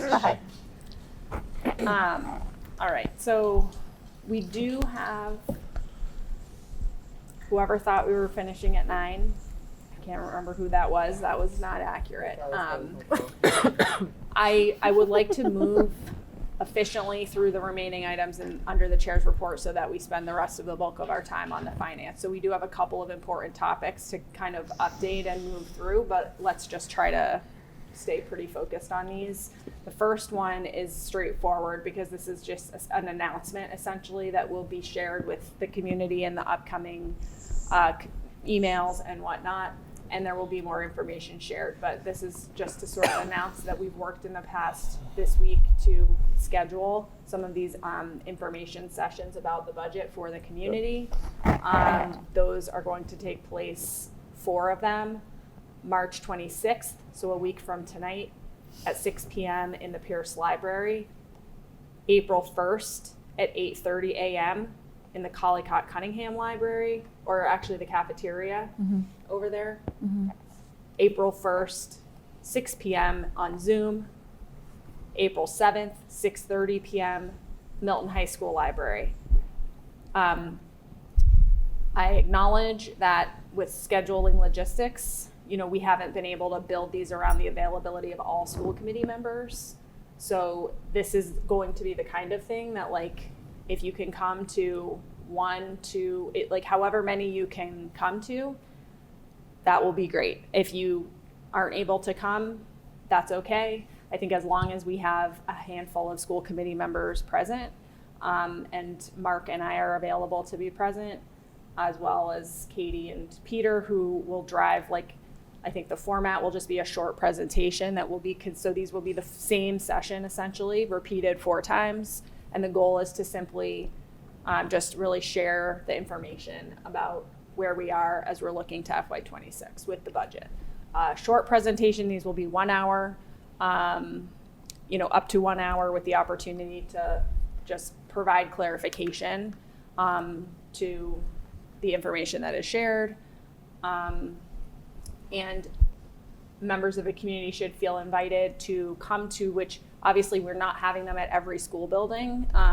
So anybody is welcome to attend any of the date and time that works for you, regardless of what building you might be attending. And then of course the one on Zoom is intended to be for anybody in the community. So does anyone have any questions on these? We will be needing to get calendar invites, hopefully maybe tomorrow, so that if we're available, we can attend those. And more information is coming about that.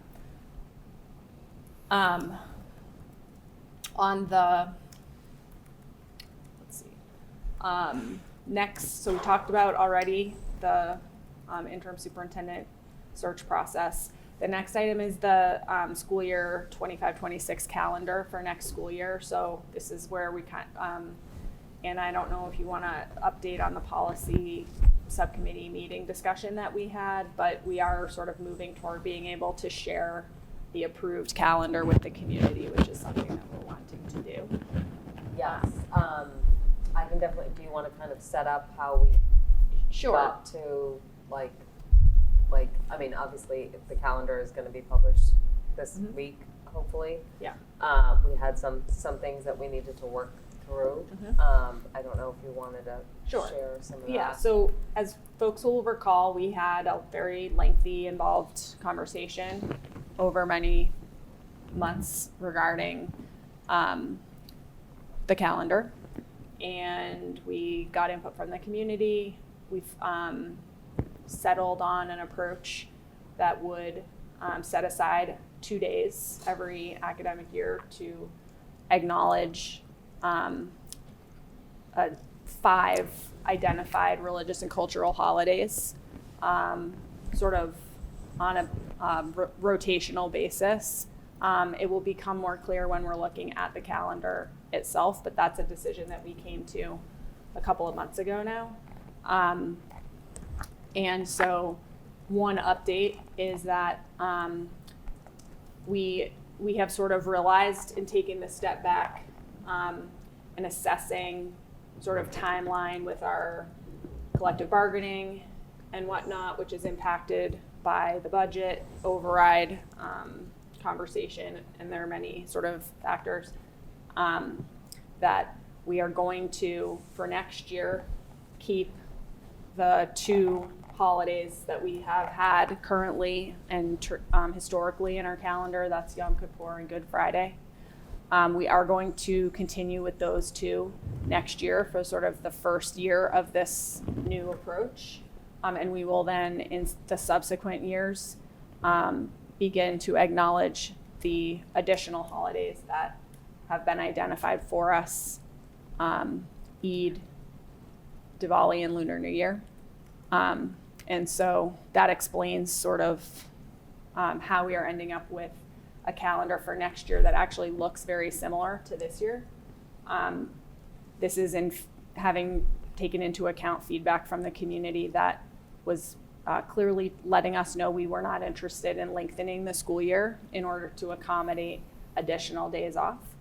So we heard that feedback, and that's how we ended up in this situation, as we were trying to also be more inclusive of our community and people who celebrate holidays, observe different religions and cultural observances here. So that's a summary of how we got here, and the calendar that we have here represents that. And the part you can see added is what we sort of generated in the policy discussion, which kind of tries to capture the approach that we've adopted as a school committee.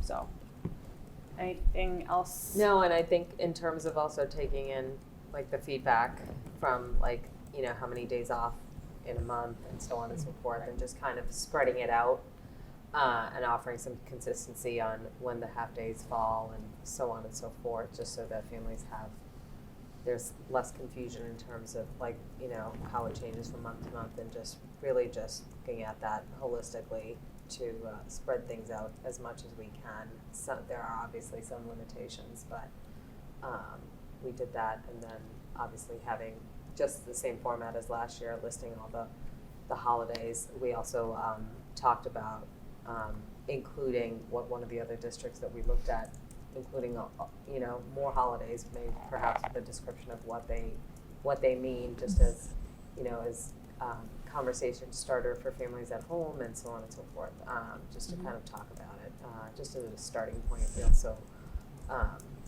you know, we're going to continue to work to see, like, you know, in addition, we talked about like what we could do within the school community to kind of recognize these different holidays and, you know, cultural days, and support our students in making sure that they feel seen in our community, in our district. So it's a good conversation. And we'll be working with Dr. Shavers to develop some of that process and information that will be shared. And we can continue to work on that sort of appendix, I think, of it. I know we had seen Franklin was one example that we found that was appealing. So that can continue. What we need to do now is just publish this one pager of the actual calendar itself, so that people are able to make plans around the dates. So, yeah.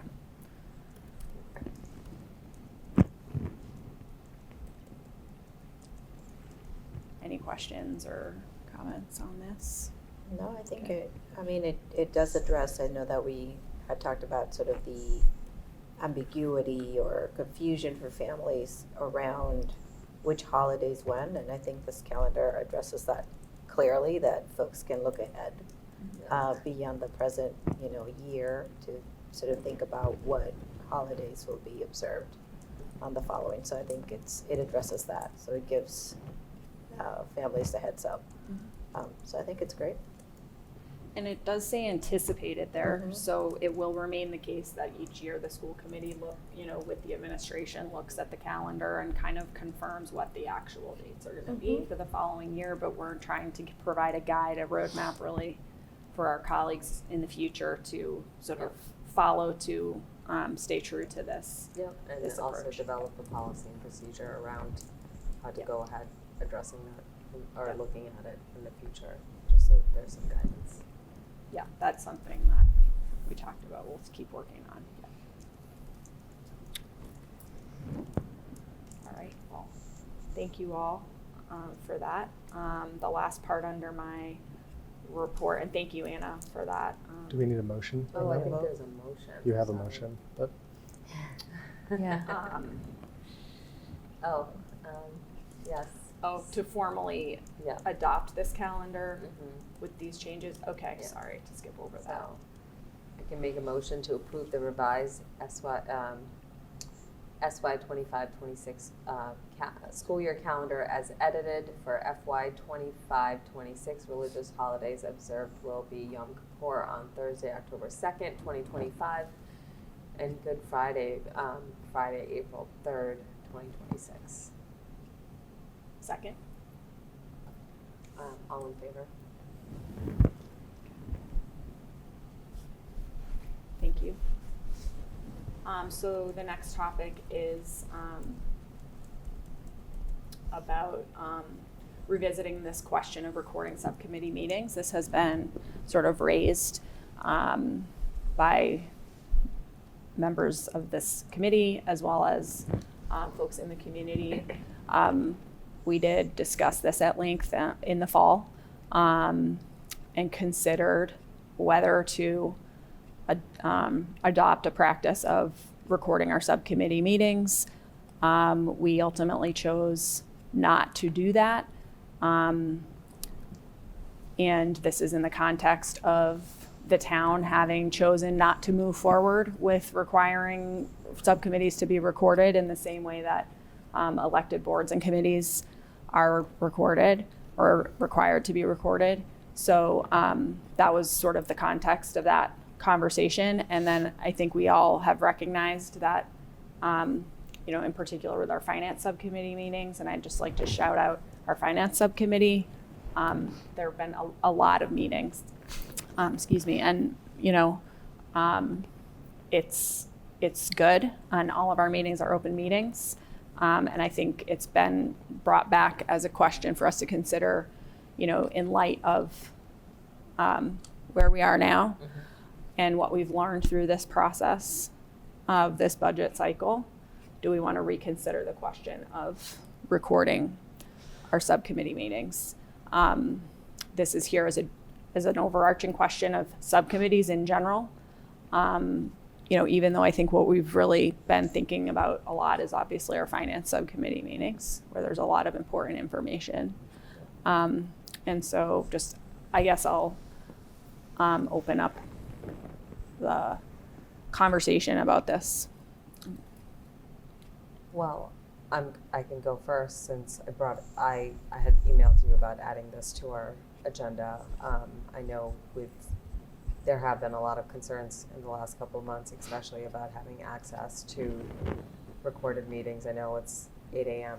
Mondays and Wednesdays is not ideal time for families with, drop-offs, school drop-offs, and so on and so forth. So I also have to say I really appreciate having the meetings cross-posted and being able to attend, because I do think really improving our checks and balances and our process on how we kind of look through and double check everything and make sure and ask the questions and have the opportunity for all of our members. And this is, again, why it's so great to have 6 of us on this board from different backgrounds to be able to ask those questions and kind of learn from each other.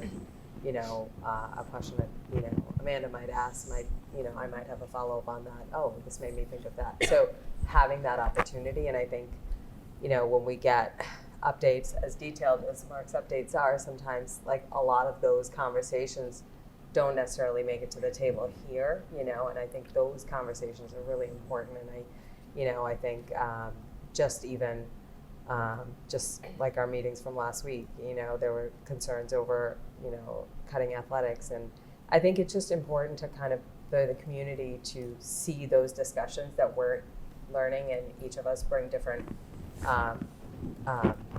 our perspective on those. And I think we kind of learned from that how important, something like that could impact the district. So I'm glad that we finally came to that consensus. And obviously we'll get that. So I think just, it's really, really important. I think just the experience that we've gone through in the last couple of months, and just how to be better. I think recording finance, happy to record policy meetings, but they're really not as engaging. They could be maybe, but the finance one is really, really important, especially where we're, majority of the town's budget. So I think it's a great way to be transparent and upfront, and having people have access to those and email us if they pick up on something that we were discussing, and it really just helps our process better, and I think we can all be better. So I'm definitely for, recording those meetings.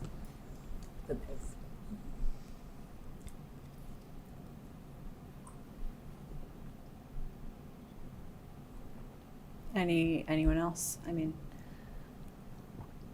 I think last week was a great example as to why. At least the finance committee meeting in particular, I've changed sort of my perspective, should be recorded, because I think if folks had been in the room, they would have been able to, or had access to a recording to see the full conversation, because a piece of information was shared that then just spiraled, and not recognizing that it was a very complex and hard conversation, and we were engaging in an exercise that we just needed to look at consider every option, but we hadn't made a decision. And I think the recording would have helped. If someone, they had the time to sit through that conversation. So I would say that at least definitely the finance committee, but I could argue that if we're going to do finance, we could also just do it across the board, to just, treat every committee with the level of importance that we merit. Mm-hmm. Yeah, I agree with that. I think I still see the reasons why I didn't support this when it was a more abstract question, or a more, I would say, principled question in the fall. I continue to, just acknowledge that us taking this decision inherently, I think, raises a question about our colleagues on other boards in town. And as a citizen, I would then wonder, well, why would the, subcommittees of one of our elected boards be recorded and others are not? So I think that's a fair question, and I think I did hesitate to just sort of like step forward on that without consultation, or certainly like outside of the decisions of town meeting. However, for the reasons that you've shared, I think my hesitations on that are outweighed by the practical benefits of doing this. I do raise that, it's particularly when we're talking about hybrid meetings or Zoom meetings, it's much easier because the Zoom is recording the meeting. Mm-hmm. I do want to just flag the change in a habit and a practice that it will require for in-person meetings to figure out the use of the OWL. We know already, Milton Access TV does not have capacity to support us with technology and recording for our subcommittee meetings. That was another factor we weighed last fall. And so this would be essentially up to us to like learn the technology and then do it consistently. Because if we've said that we're going to record these subcommittee meetings, I just sort of, my mind flashes to a policy subcommittee meeting where we kind of just came in rushing from work and we sit down and we just kind of call to order and start the meeting, and then we realize, oh no, nobody remembered to hit the owl.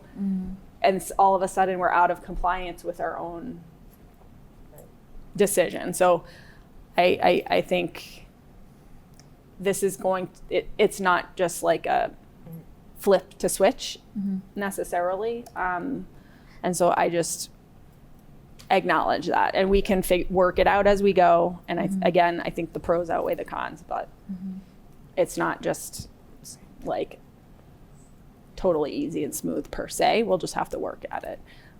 So that's kind of what I think. Could in the interim, could we agree that, I mean, if this is where we're going, that we're agreeing that we record the subcommittee meetings, recognizing right now that finance is the one that's sort of top of mind for everybody. Is it possible to have it always be hybrid so that we at least then people can participate by Zoom and we're recording it, so that's sort of the default recording, if you think that works, and then work through the process for the knowing that we're going to, but work through the process for the other ones. Just, I think it also just allows people to attend in the moment, attend the meeting if they want to, and just allows it. Am I making things harder, Mark? No, we've already posted, the next two finance meetings are already posted for that exact reason, hybrid, because that's just the easiest way to record the meetings. Right. Folks can access it. It's already going to be recorded to the cloud automatically. We can post it. It is no challenge. The only issue is like just remembering to screen share, and that we get connected to the camera that gives within the recording a decent view of what's happening in audio, and it's not just my computer. Like there's that stuff, but that's just connecting to the device. But otherwise, it's all simple enough. So at least that may kick it off. We'll start that way. I mean, those are our upcoming subcommittee meetings. We will not have another, policy meeting for some time. The evaluation subcommittee won't be meeting. I don't know where this leaves advisory committees, actually. Like, I think for right now, I would say this should apply to the primary subcommittees of the school committee, because those are our, that's our purview,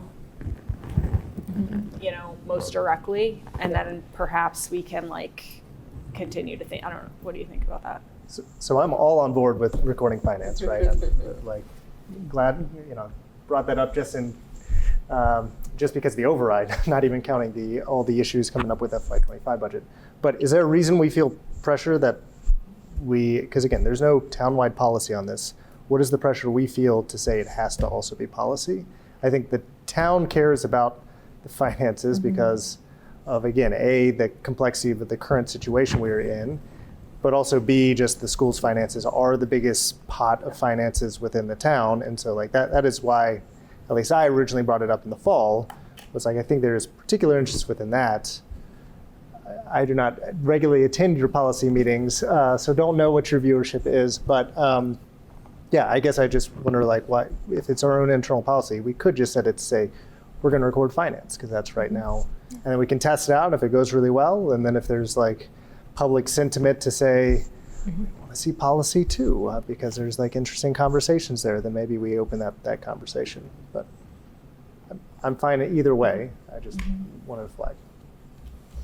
Yeah.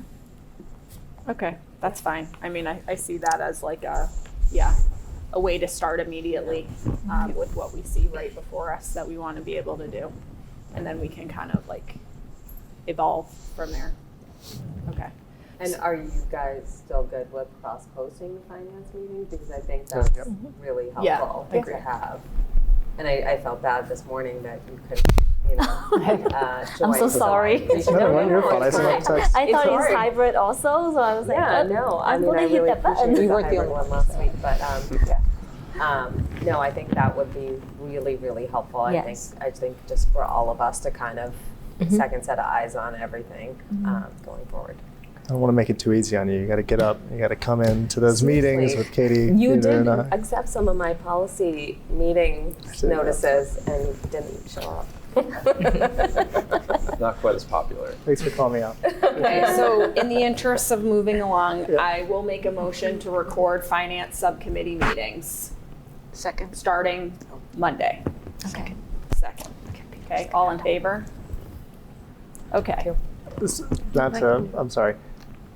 Prior recorded meetings Yeah. that we have in the cloud from Monday is one, I think, 'cause that was hybrid for you. Last Wednesday was another, so you were hybrid.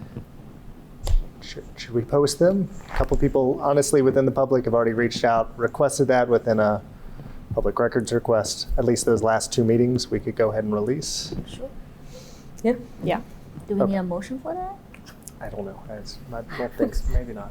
I think that's Consensus. I think that's consensus, consistent Yeah, with exactly. what we just decided, and Hooray. Yeah. okay. Okay, so with that sort of segue to finance, right? Oh, yeah, is that me? Yeah. Yep. All right, well, it's really more a segue to Peter here in a sec. But yeah, we've had, just to update the public, finance is meeting twice a week, every week, for at least last month. We're carrying that forward at least into the next week. So lots of work, lots of things happening, both under FY25 and FY26. I want to particularly shout out town staff who came out on Monday and talked to us. That was helpful. I think Danielle Wetmore, who came today's meeting, and again, those will now be made, today's meeting. Yes. Was it recorded? No, it was no. not. So Monday's meeting will be posted. And then also just special shout out to Lori Connolly and John Cohane, who are our proxy representatives on the finance committee, because they come to every single one, even though they cannot participate. So appreciate them as well. But I will pass it over to Peter. Great, thank you. So yeah, we're going to go through FY25 first and give an overview. We've been working on this every Monday and Wednesday and all the time in between that. And I think we've kind of pretty much looked at everything within our ability at this point.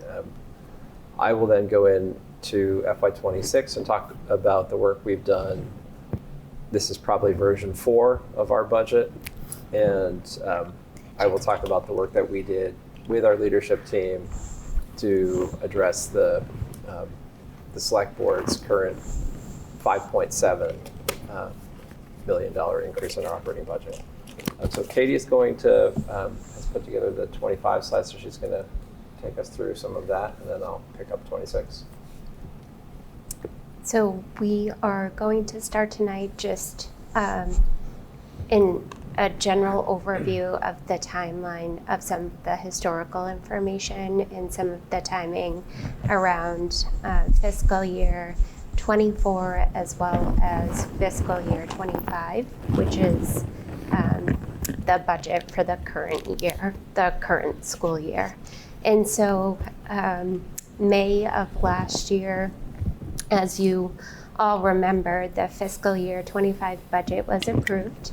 And so the school department at town meeting was appropriated $67,225,233. So that was May, and that was the appropriation starting July 1st of this year. So July 1st, 2024, which was last summer, the fiscal year 25 budget began, and the budget lines were appropriated in accordance with the budget proposal that was approved, reviewed, and approved in May of 24. So after fiscal year 25, after that budget began, and after the budget lines were appropriated, the fiscal year 24 deficit was identified, and it was also addressed. So the school department prior year operating budget, which was fiscal year 24, the deficit was identified in early July, and the deficit was addressed by using a number of one-time funds.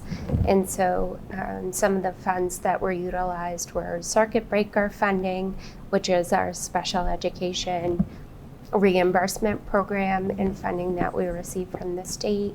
Some of the Medicaid reserves, so we also receive Medicaid funding from the state for some of the medical needs that we and expenses that we're responsible for paying for the school district, and through a number of chargebacks. And what chargebacks are is when we charge expenses from the school operating budget to some of the revolving funds that we have. And so the revolving funds would be assigned to accounts for our programs such as community schools, and also the school lunch program.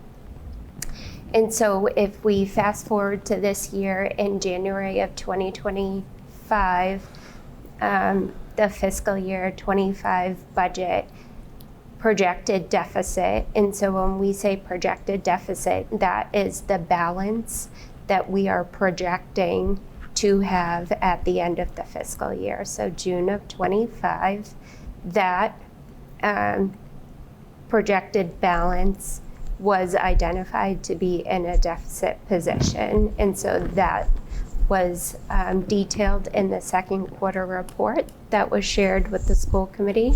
That report was shared in January.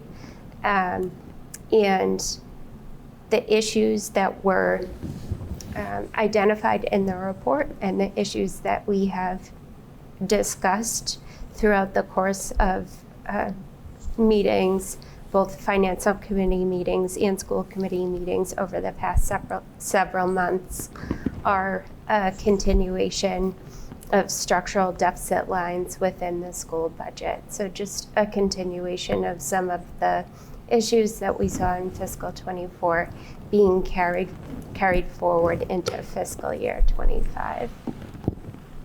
So if you go to the next slide.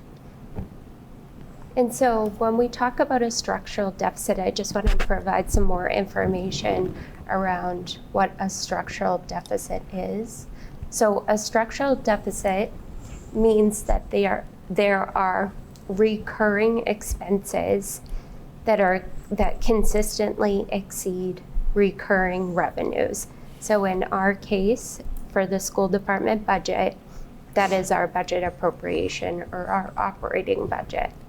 And so some of the examples of areas where we have identified a structural deficit are in accounts that cover expenses for our substitute teachers in our class coverage, and also accounts that cover expenses for utilities.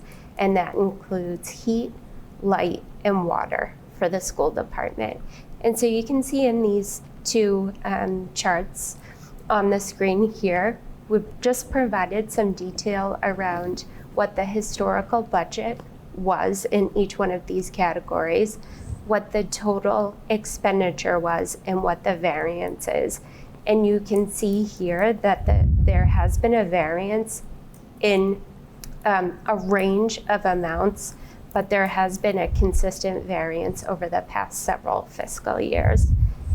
And so also looking at how does a structural deficit happen within a budget? And the structural deficit can occur for a number of reasons, which include our budget or a budget line being based on past budget numbers and not being based on actual expenses. And then structural deficits can also occur because of rising costs that were unanticipated, and also demographic changes. And so if we have a shift in demographic changes, because the budget is already established, we are not able to cover the change or the increase in costs. And so that important thing that I want to point out here is not necessarily tied to the fiscal year 25 budget, which is the deficit that we're talking about, or that we're seeing for this year. But I do want to call attention to the fiscal year 26 proposed budget. And so as we went through the process of looking and projecting out the funding that we would need for fiscal year 26, we did truly try to take a look at and account for previous year's expenditures. The expenditures shown in these charts, they're shown in italics because at this point they are a projection for the end of the year and they are not actual. So those numbers are subject to change and will change. But we will have that updated information for actuals for fiscal year 25 this summer. And then that actual number will be able to drive our information when we're creating the budget for fiscal year 27. And that process does start late summer, early fall. So on the next slide, just talking more specifically about fiscal year 25 budget, and just as a reminder of some of the work that we've done since we talked about that quarterly report in January. So as of the quarter two report, we had projected, and again, that was the projection for the end of the school year, a $2 million deficit at the end of the school year, so in June of 25. And so that number was based on known costs, so costs that we've already incurred from the beginning of the year in July until the end of December, projected expenses, so that's for our salaries for all of our staff, which is 81% of our budget, known encumbrances, and what an encumbrance is it's essentially us recognizing that we will have an expense and memorializing what that expense will be in our accounting system. And then also based on known costs that aren't currently in the accounting system, but we know that we will recognize some sort of expense from this point in the year until the end of the year. As the budget, or as the deficit was recognized, we took a number of different action steps starting in early February in order to address the current year deficit. And so those steps include a purchase order freeze. And so what a purchase order is that's essentially a department head or a principal making the request to move forward with a purchase. And so they are not supposed to spend any money, purchase any materials, purchase any services until that purchase order is signed off on. And so knowing that we were looking at a deficit, we said we are freezing any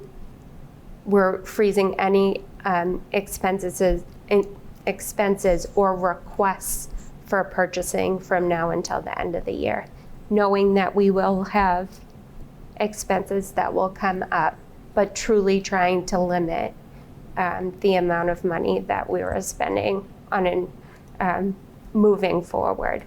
We also instituted a hiring freeze, so any of our staff that may be resigning or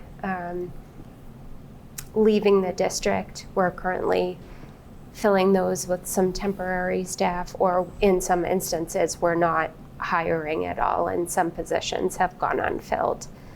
We are doing an allocation for a portion of our custodial salaries to our food service account. So the food service account is a self-sustaining revolving account, and that's separate from the operating budget. And that is not moving any staff, that is not changing the salaries of any of our staff. That's just an allocation of expenses to a different account based off of the number of hours that the custodial staff spends doing work for the food service department with custodial services, so cleaning kitchens and our serving areas. We also reduced a number of consolidated facilities purchase orders, and that totaled $78,000. There is potential funding from the state that we were made aware of in the governor's supplemental budget, and that is an increase in the circuit breaker reimbursement for transportation, and that could potentially be effective for this year. The amount that we're looking at, that we're estimating could be, the maximum reimbursement is $488,000, but that is still not confirmed. And so we need to verify that that will in fact pass at the state level, and that we will in fact be able to access those funds in this fiscal year. We're also looking at utilizing a number of revenue offsets that we had talked about. We had used a number of those offsets in fiscal year 24 to balance the budget, and we need to use a number of those offsets in fiscal year 25 also in order to balance the budget. And so those accounts include our community schools account, the Medicare account that we talked about earlier, and also our building use or facilities use account. And so when we have outside organizations come in and utilize the buildings outside of the school day, they pay in accordance to the building use fee schedule. And so that revenue we can use to offset some of the expenses in the operating budget. And then we also considered just modifying the way that we're allocating our substitutes and the way that we're currently doing class coverage. And so there is an amount assigned to that. But with the above actions, we have the new projected deficit is $883,000, $883,326. And so on the next slide. Just real quick on that, just for specificity, the projected deficit in January for the Q2 report was actually 2.3 million, right? 2.296. 2.296 on the quarter two report. And then when we reran, as we continue to rerun the reports and update those projections, it's just over the $2 million. And so we have, in an effort to address the current year deficit and reduce that number, we've considered a number of different programmatic updates or programmatic shifts for the current school year, and they're listed here. And a number of these items were considered, but after conversation that took place during finance subcommittee and during our school committee meetings, and just in thinking about what the impact would be to our students, and in some instances what the impact would be to our staff, we recognized that these, although they were items that we could consider, they truly aren't possible. We also had considered potentially looking at some of the capital funding requests for fiscal year 26, and instead of receiving that funding in the upcoming year for some rooftop unit modifications, as well as providing us the ability to purchase Chromebooks in the upcoming fiscal year, we had said we could potentially use that funding to help address the deficit for this year. But those items aren't available to us at the current time. And so the items listed at the bottom of this slide are items that we are still potentially looking at. So we have had an issue with one of the water bills at the high school, so there is potential that that will, if there is a correction to that, that could create some cost savings for the operating budget. We are also looking at taking some additional offsets from both our community schools and our transportation revolving accounts. And that would be $50,000 from each one of those accounts. And then again, looking at the large group sub-coverage. So that was the reference in the previous slide, talking about looking at the way that we fund our substitute teachers and how we're doing sub-coverage moving forward. So that is also on the list for consideration. And so the one thing I wanted to mention as well is for using the funding from community schools and potentially using some of the offset from transportation, we are looking at or just having to measure what the impact will be for fiscal year 26. And so if we are pulling money from community schools, we will have to consider a potentially large fee increase for our programs for the upcoming school year, just to make sure that those funds remain self-sustaining, meaning we have to make sure that our revenue can cover our costs moving forward. And then the same can be said about transportation.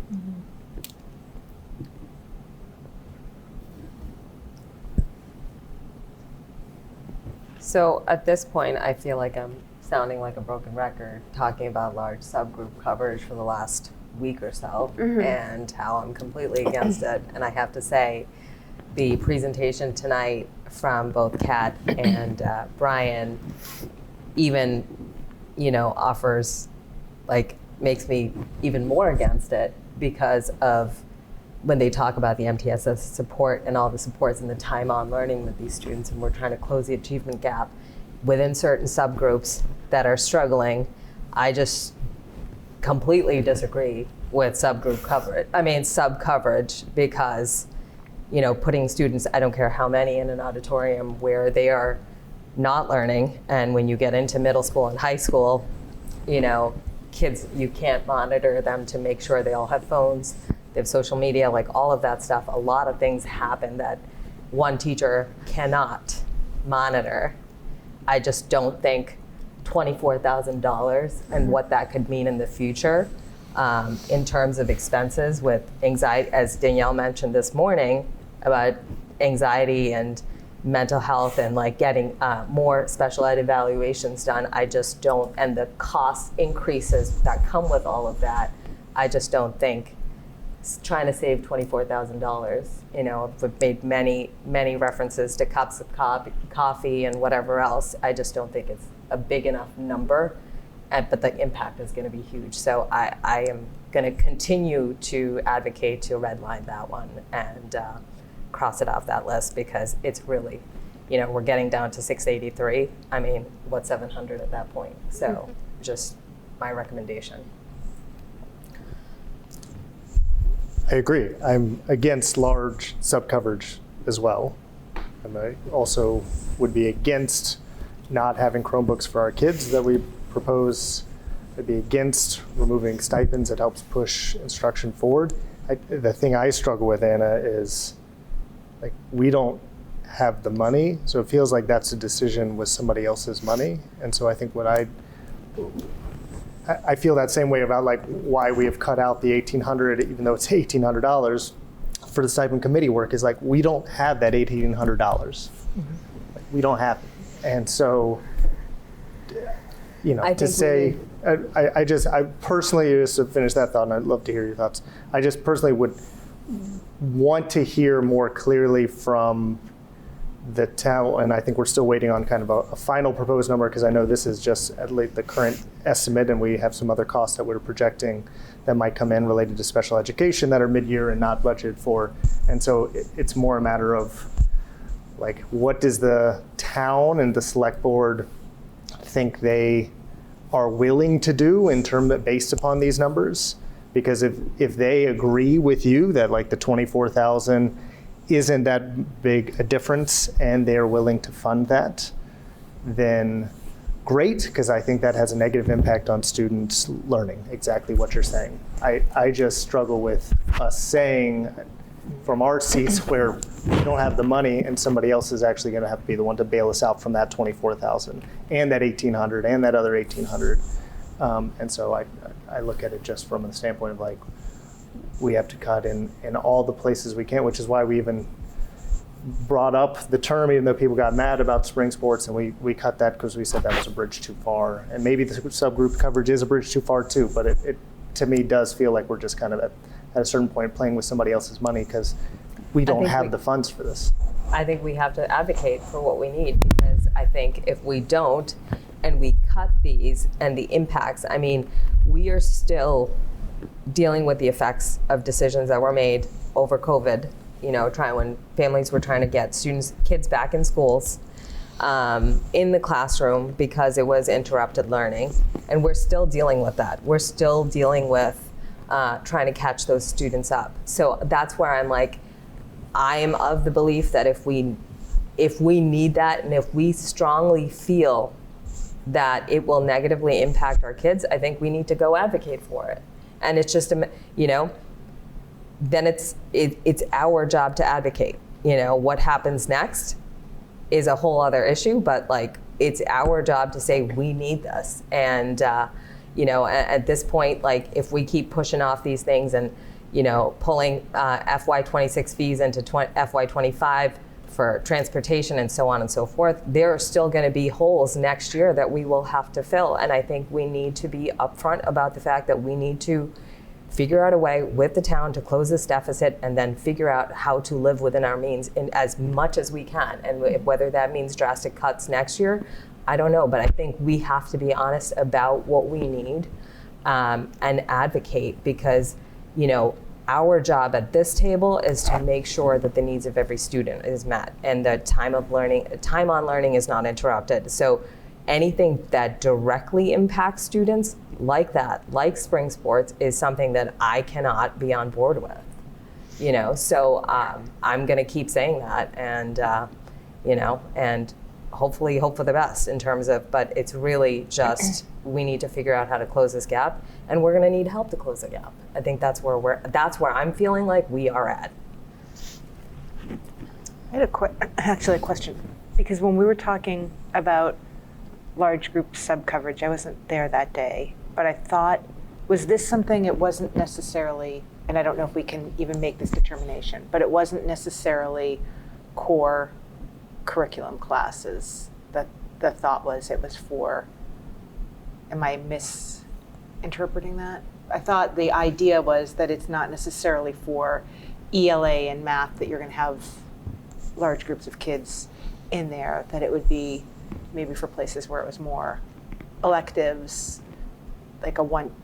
I'm thinking, how would you manage what they're learning during that elective, during that time? I don't know. I guess I'm just. No, it's about if that day on the building there are 5 teachers absent. Mm-hmm. So whenever these teachers have this group of students, they will all go to the cafeteria, the auditorium. Mm-hmm. So that few substitute teacher will be there to monitor that large group of students, regardless of what subject it would be. But it's a maximum of 50 students per teacher.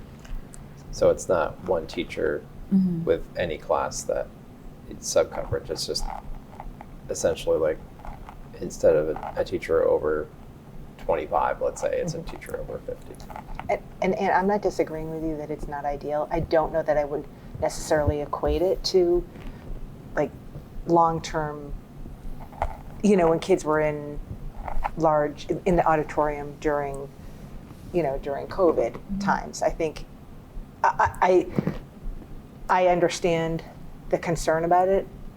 I don't love it.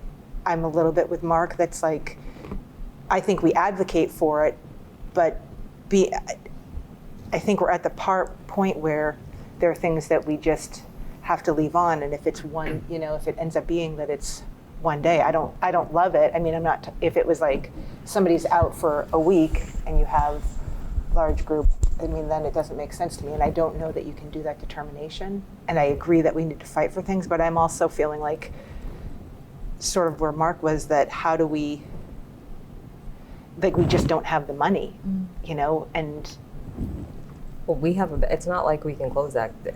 If you're talking about $24,000 is what's keeping us from closing our gap completely, then Right. that would make, yes, a stronger case. But we still have a huge balance. we do. So But- that's where I don't understand it. And we're also, you know, we talk about overcrowded classrooms all the time to make a case for, you know, the new school. But here we are kind of doing something similar, you know, with larger groups of students. And it does not sit right with me. And I'm just going to be not in agreement of it. You know, if the gap was very low, you know, small, and we could actually close it, then it makes, you know, like, okay, well, maybe we do this temporarily to close the gap. But something like this, where we still need to go ask the town for money, you know, in this scenario, I just don't see the difference between 684 and, you know, 700. So that's all.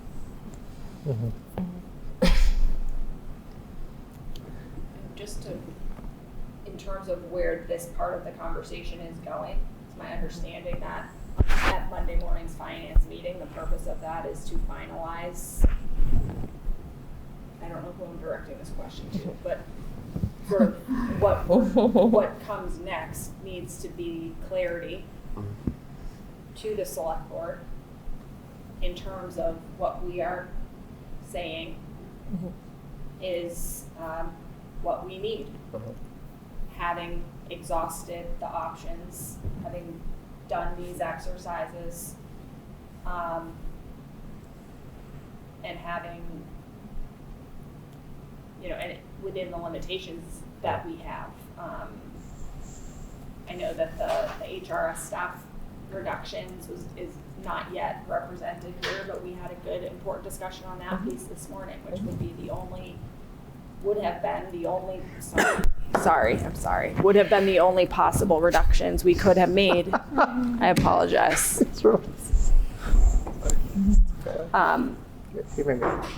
You know, given where we are with the vast majority of our staff being contracted employees that are on a contract through the end of the year. So the point being, is that where we are Monday morning?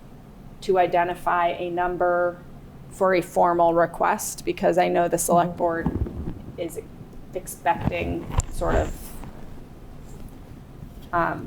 the clarity from us. And you're right, Anna, like we've reached that point. Yeah. So what else will we know by Monday? I'm sorry, I'm just not following, because I thought Like we the were, number. but I thought we were ready. Well, maybe we that are. have the information.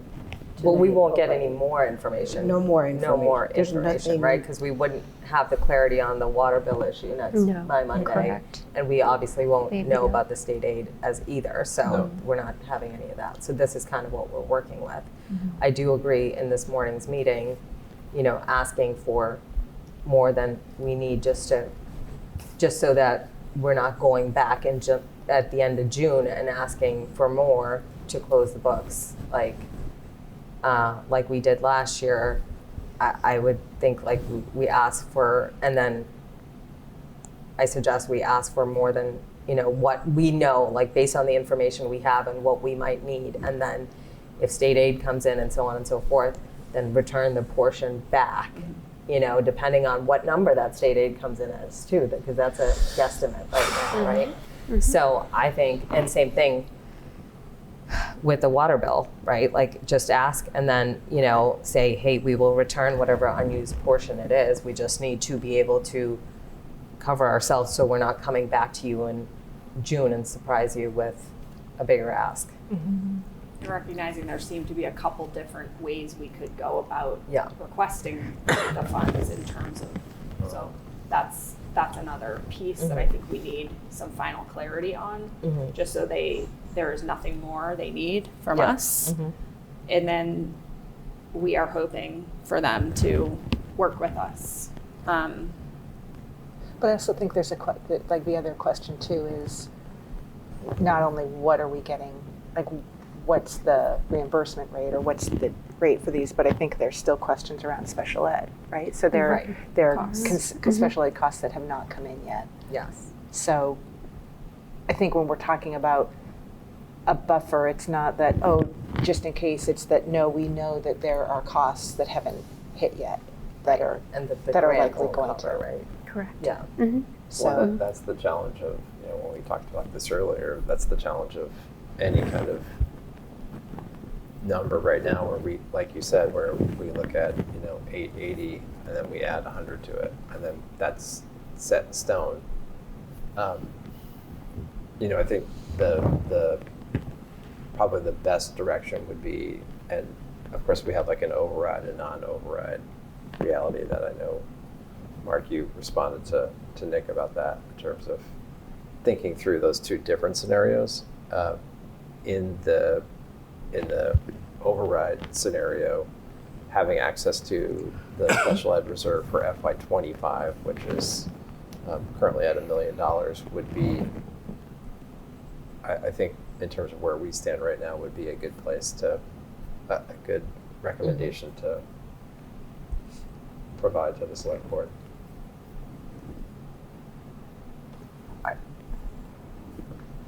is there another way, weren't we talking about there's another scenario? Because in the sense of the special ed stabilization fund is very specific around what you can use it for and the timing of the invoices that come in, correct? Mm-hmm. So is it looking at, I always get the funds wrong, but moving it from, is there a stabilization fund or a general, that isn't necessarily special ed specific, that wouldn't be tied to those things, so we're not accessing next year's we're not accessing that fund, we're asking them to move it to a fund where it still would be for special education, but it's not specifically named that.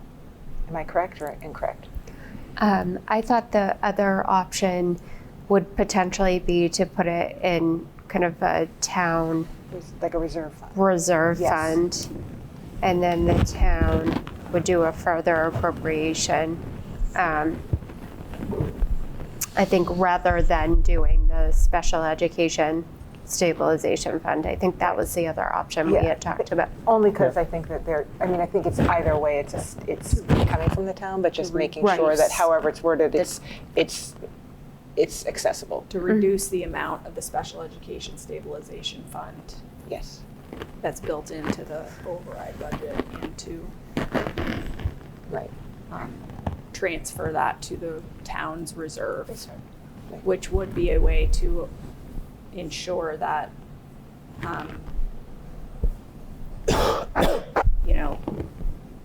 if things come out favorably for us and we didn't end up actually needing that much, it would just remain, whatever's left would remain in the town's reserve.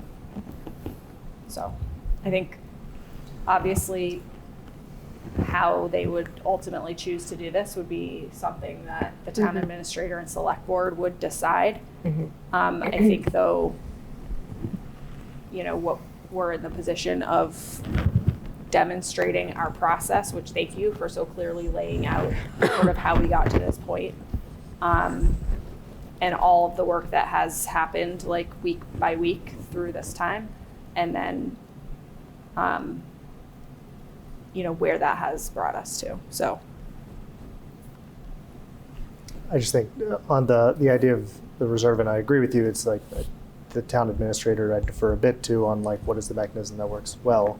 But I think that another thing to name as relates to the reserve account is that has oversight from both the select board and the warrant committee to make sure the public is aware of that. So pulling down from that would then still require, we'd have to get a vote of town meeting to allocate that funding to the reserve account. And then we'd have to, once we have the finalized number, which is the thing that most interests me in this, is like, because as you say, we just don't have enough firm information, so we're gonna have to kind of pick a big number. We then, once we have that, we can go back to the select board with that number to share with them again, have their oversight, still also have to go back to the warrant committee to share with them, get their approval and oversight. And so all those groups are involved in the process. And I do think the mechanism of pulling it from what the select board has already allocated towards the schools for FY26 through the special ed stabilization fund allocation is the way to go, given that that should not impact any of the long-term financial planning that the town administrator was trying to do around how we sustain this override through FY30. So it shouldn't affect any of the funds that are used within those calculations for them. And I think the second piece is that, you know, those funds were identified through the select board's vote to help with the unexpected costs related to special education that the schools are incurring. And that's exactly what they would be used to support. It's just they'd be used to support that within the current year, which is the year where we are significantly struggling with these. I know you highlighted utilities and sub-coverage within your examples, but obviously the other is transportation, special ed transportation, and other special ed services. And I think that's the next slide if we want to jump to that. Just want to make sure we hit on that in terms of that was the purpose of the allocation from the select board, my understanding, given they put it towards the special ed fund, and that would be our intent of using it. It just would be a year earlier, given this is where we're having the budget tightness. Right. And now is when we need it. Yeah. Based on how you built the budget for FY26.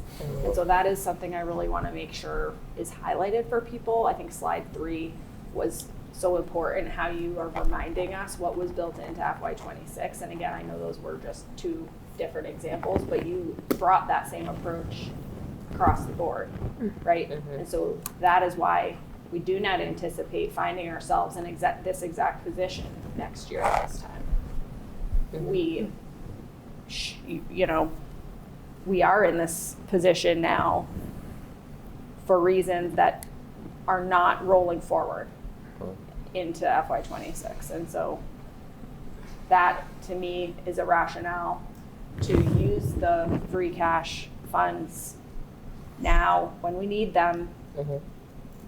You know, the idea is that we should not need them in this same way going forward.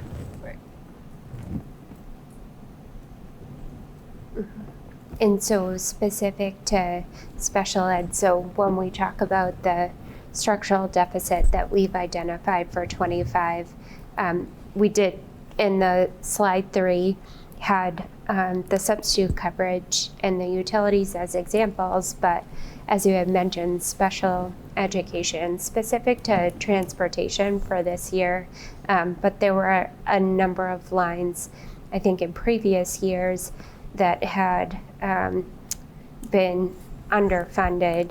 But when we look at transportation, we did try to, for fiscal year 26, account for the historical expenses instead of going through the process of just rolling the prior year's budget forward.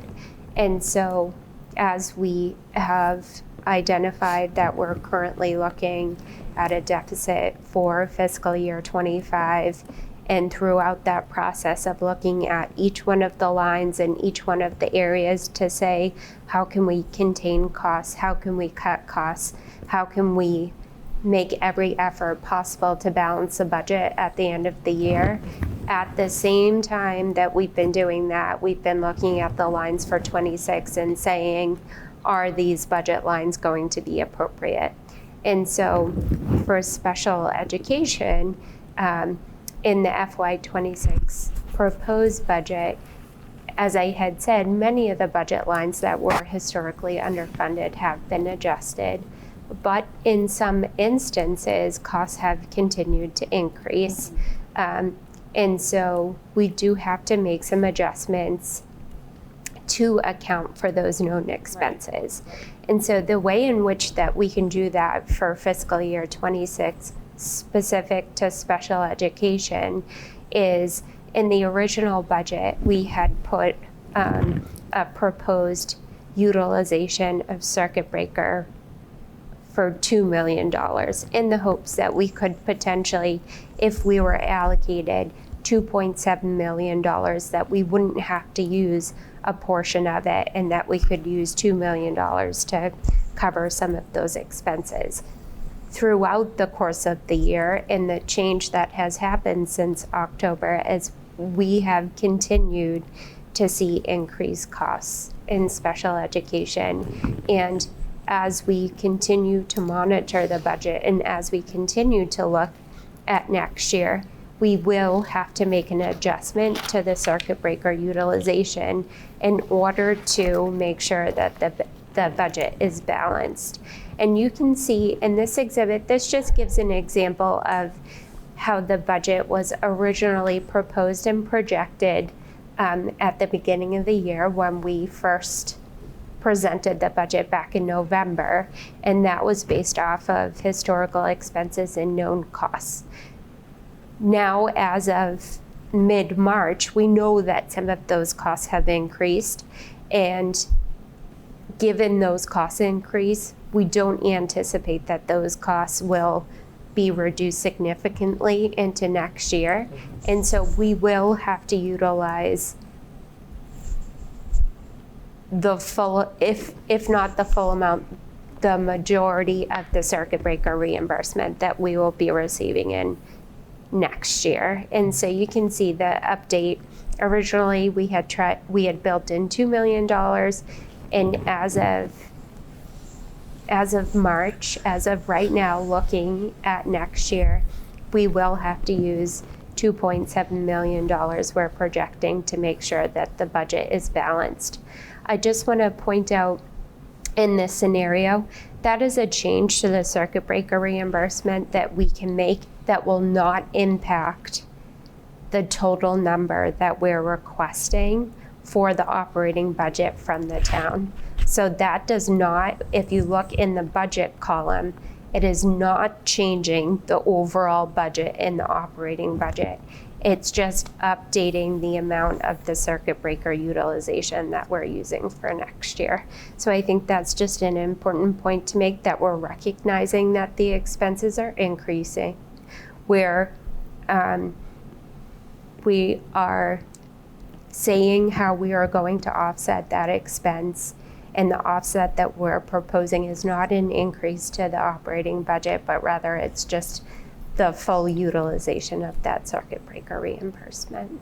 Can I ask a question? Mm-hmm. So is this, because I was trying to follow this when we were on the finance call the other day, is this what you were saying when you were saying, when they were talking about the difference of that 700? Yes. You're saying, no, it's actually the budget. It's not that we're holding that money out. It's Right. actually It's actually it's known expenses. It's known expenses now, as opposed to hoping that we wouldn't have to take advantage of the $2 million. Mhm. Our costs have increased, so now it's built in. And now we will have to use it to balance, and some of the changes were in transportation, and then also in some of the contracted services expenses. Mm-hmm.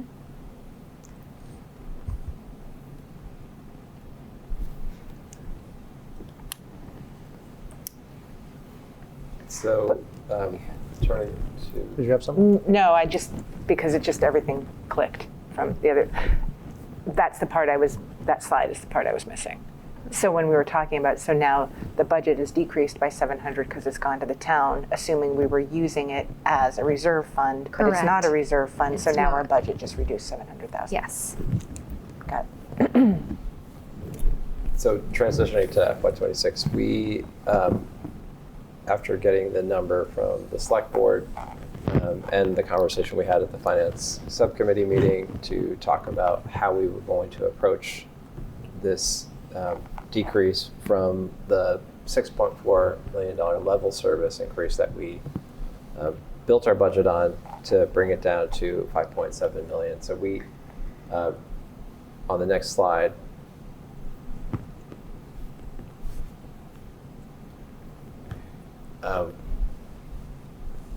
our main goal here was to both keep the things that we knew were important in the level service budget. One significant goal was not reducing staffing significantly. So you can see on this list here, we have not really, other than nurse admin assist, which is a very small portion of a position. We have not reduced any other positions here. Through attrition, we've found 3 positions. These are due to enrollment. Our current kindergarten enrollment is right now hovering a little bit over 280. So that is a For next year? Yeah. We expect that number to increase a bit, but that's significantly lower than it was last year, which was 365. Wow. So we're finding 2 positions at the elementary and 1 at the secondary level. The bus is the bus that we had added previously. So would it be that particular route that would be, or how does it work? No, we would just reduce by 1 bus and then essentially redo the routes. To include the kids that from East Milton that bus supported? So our capacity would potentially lower, but because we are reducing, so the capacity would, so there is, we would go back to kind of that pre-pandemic level of being able to support that number of students. And the capacity issues for the bus typically are at the secondary level Yeah. for the middle school students. Yeah, we go back to last year. Okay, but you would, okay, so then, so what happens to all the students that we added a bus for? Like, are they just finding their own way to school? We would have to reestablish, so we had a wait list Right. for this year, so it's just increasing the number of students on the wait list again, so it would revert back to that. Okay. We have general expenses, just $10,000, a family liaison position, which has been vacant, where we hire that. The program design is the NEC program and kind of taking on the NEC curriculum and NEC expertise, but running that ourselves. I mentioned the nurse admin assist, athletic fees. This would be an increase to athletic fees. Do you know, just on that, do you have a sense of what percent increase? And I know there's the cap on athletic fees too per family, but like, Yeah. do you have, I assume we'll talk about that in more detail at finance, but do you have a general sense of like what the percent increase would need to be in order to get to the 45? When we looked at it, I believe we raised it by $50 a sport. Okay. So And it just, I believe we're still low, right, comparatively. in some, when we look at the overall fee, is probably mid-range, but I would say for some specific sports, it's low. The fee we charge is low. And then 100,000 out of the circuit breaker brings us to the 996. We did have to alter the needs. So previously with the needs-based revision, we had the ELA curriculum, we had additional time, and we had more ELL support. So we reduced that to the curriculum itself. And we would be looking next year at using professional development time and our professional development funds to, we would be able to support some of that training as well, just not quite as much. And we could look at FY27 to support more of that. And then ELL support would be adding 0.2. We have 2.8 positions. Those are 4 days a week, 0.8. So that would make those 2 positions full-time, which with a kind of a rescheduling of need, we think we can meet the need, and then again look to FY27 to continue looking at building that staffing in ELL, which will continue to be a need. A question on the ELA curriculum. I know we had the 50,000 before for curriculum development. So I'm curious if we're using now PD time, which obviously we need to get all the other things that we do in alignment, and making sure that our staff has time together between schools to work on things so that, there's more uniformity across all 6 schools, or at least the 4 and the other 2. How do we, how does that affect the timeline for when the ELA curriculum gets implemented now? Is there a delay now? There wouldn't be a delay, no. It would be, so the summer curriculum time, which we've had historically every year, we've paid teachers to do summer curriculum in different ways. So that would continue. So you would essentially be doing the same, the timeline would remain unchanged. It would just be, instead of having that $50,000 to support a lot of additional time, you would just have to be a little bit more targeted with that. And then you'd be looking at early release days, you'd be looking at grade level facilitation. So at the building level, in terms of getting a kind of the practice of understanding the new curriculum and having teams work on it together. So there are lots of different ways that teachers work together to both kind of learn, calibrate, and assess, and we would just be utilizing all those different ways. I mean, would the $50,000 be helpful? Yeah. Yeah. Yes. I think that's what I was trying to understand, because I know in the past, one of the reasons that we've held off so much on the ELA curriculum was we had other curriculums that we implemented before, and there was the learning curve of the complexity of adding another one, but it seems like without the support, and we're asking teachers to kind of figure it out within the buildings on their own, just seemed a little scary. And not that they can't do it, it's just but it's just do they have the support they need to make sure it's given the fidelity, done the way it's meant to be given, or is there going to be more of a learning curve and then students won't benefit from it in its full capacity until year 2 or 3 because we don't have the support? I'm just I think trying to understand. I mean, I would say some of that is related to what Kat and Brian were talking about in terms of systems, and it's less about bringing a committee together to talk about how do we roll this out, but it's the actual action of doing that and having collaborative time to work together at the building level and then at the district level, and planning that district level work in ways that then is going out to the building level, so that there's not too much development happening, which I think is the history of Milton. There's a lot of development happening at the building level and not enough happening at the district level to then kind of feed back to the district level, change it, go back out, that kind of symbiotic relationship, which I think is, again, in a well-functioning system, that's there's a seamless kind of development that happens where you can, that's how you improve. Yeah, I totally agree with your line of questioning. I think it's the right one. It's just are we confident that this allocation supports the appropriate implementation of the ELA curriculum next year, and that we are, again, not just shooting ourselves in the foot to save nickels, not nickels, obviously it's $50,000, but I understand what you're saying of there's other time in which you just would need to take from that because you wouldn't have this, but totally agree. I mean, spending $250,000 on an ELA curriculum, that's just going to sit in teachers' cabinets, and again, maybe looking at you a little bit here too, but just yeah, given we're not going to have another crack at this for a year, and we don't want to waste a year on this, I think it's the right question. I just want to make sure one more time. I feel like you've already answered it, but are we certain that these are the resources, and I know you won't be here, Peter, but that the district would need in order to carry this out? Right.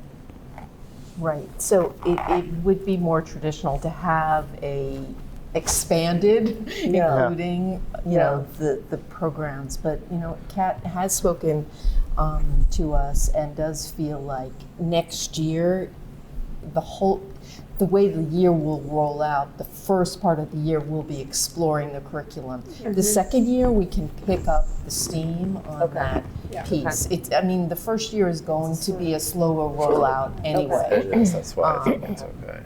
So that definitely gives it context. So then what is I guess what I would like to understand, and this is, first of all, just to back up, I appreciate that, where we had to make reductions of $700,000. I appreciate that you did not reduce that, and that's still a priority. I think, again, going in for an override, it's really important to give families something. Like, what more are they getting for the increase that we're asking them to support? So I appreciate that. And just understanding from a timing standpoint, when are we looking to roll this out where students will be using it?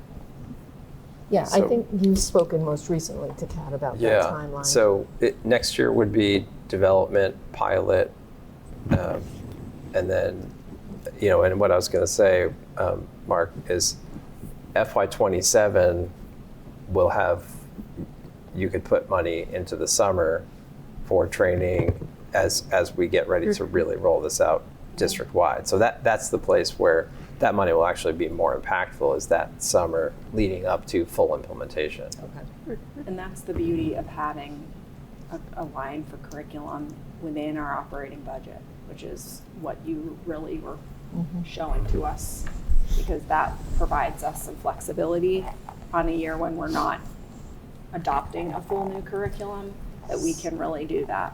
So does that still apply, though, with this reduction that we have to make? Okay. Okay. So that doesn't change going into next year. We'll still have that $250 allocated Yes. towards curriculum. Yes. Yeah, a big portion of obviously the work next year will be looking at various curriculums and subgroup work. So it won't be the rollout to staff and training on that piece. Okay. No, I appreciate that it's being prioritized as it's been. It's also very, we are trying to be sensitive. Many cuts are being made across the board that, as we all know, it's devastating. So this is a long-term goal of the committees and the departments, the curriculum office. So we appreciate the support, but it's also incredibly sensitive in terms of how we present it. Yeah, no, I appreciate that. So to that point, so the program design is the NEC program. And I think,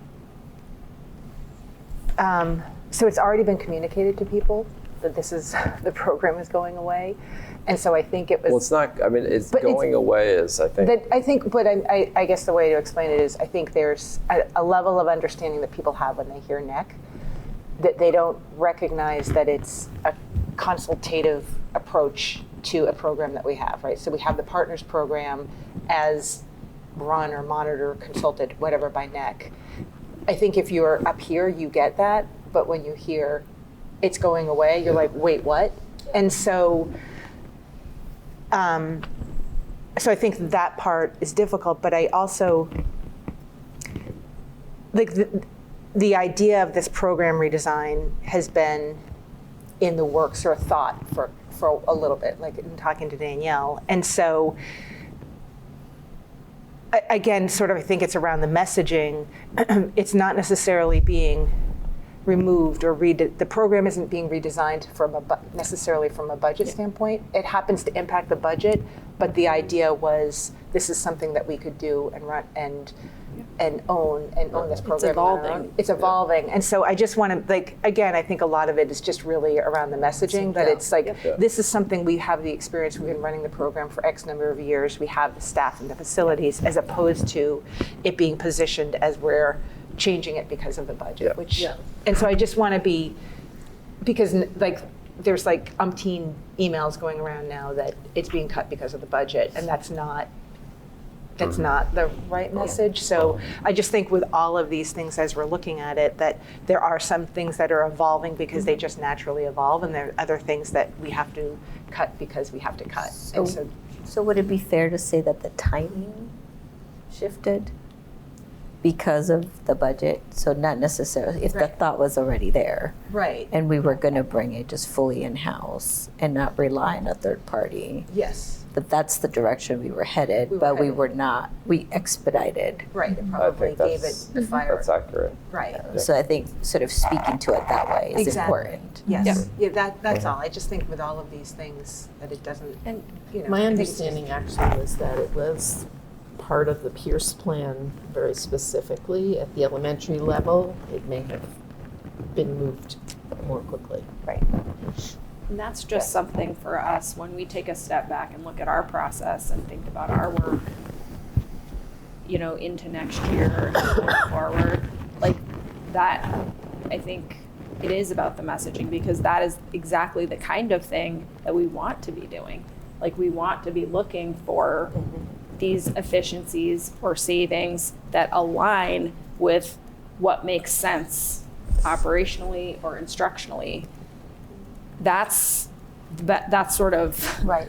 the best case scenario, right? Where something happens to make sense for our students, and it also doesn't incur another cost. It might save something, and then we can, and like, what is our, I appreciate this way of looking, which I know we have done to adapt to a compromise, but it is a good way for us to think about level service 1 year to the next, is that we don't just automatically on autopilot, like replicate exactly what we've done, but rather we're making sure that our investments are really like strategically meeting, you know, our needs. And that I think I really appreciate the care in this list to minimize impact on students, families, and staff, negative impacts.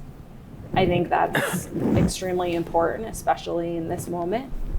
And I think it's just a good reminder that, you know, going forward, we're always going to be looking for these like positive trade-offs that we're going to be able to make that can be hopefully like a win-win scenario. So I appreciate having that energy myself, like to bring into next year as a school committee member, like starting a fresh budget cycle.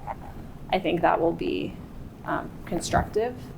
And I think in the meantime, I'm relieved, honestly, that what this tells me, so I won't check my understanding with the rest of you, but I think what this tells me is we are really able to move forward, like the select board, and having approved, unanimously approved the 9.5 amount, structured the way they structured it. I believe they called it scenario B or option B.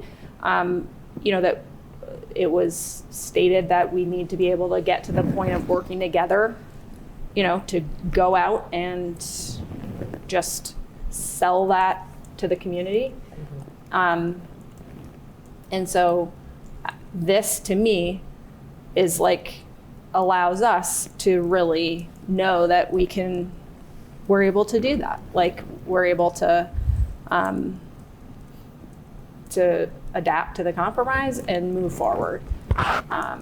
So I think that's a great step, and hopefully if we can like bring the FY25 closure through, and I'm still not quite sure where we're ending up on that piece for tonight. I'll send it to you on that, I guess, but like knowing that we're getting very close, I believe, to where we kind of need to end up to be able to hopefully move forward. Do y'all have a number that you were requesting at this point that we request, or do you want another couple days on this to talk about on Monday? Not that you're going to have a whole lot of new information, but just so that you can, go through current expenditures and just feel a little bit more refined.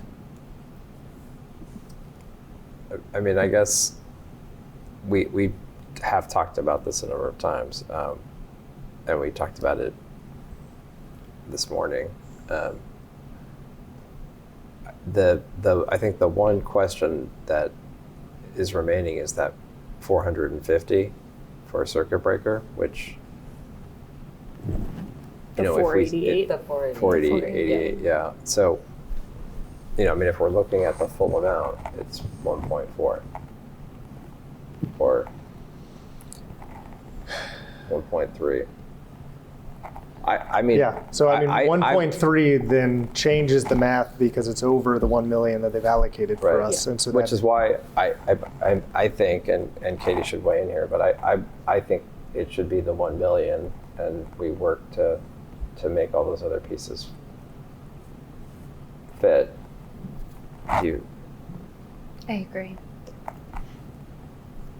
I mean, it's difficult, so I think the 1 million was the amount that was identified that the town has said, or the town administrator has said, that they are willing to put into the Special Education Stabilization Fund, and that was the amount of money from free cash that they were going to put in for next year.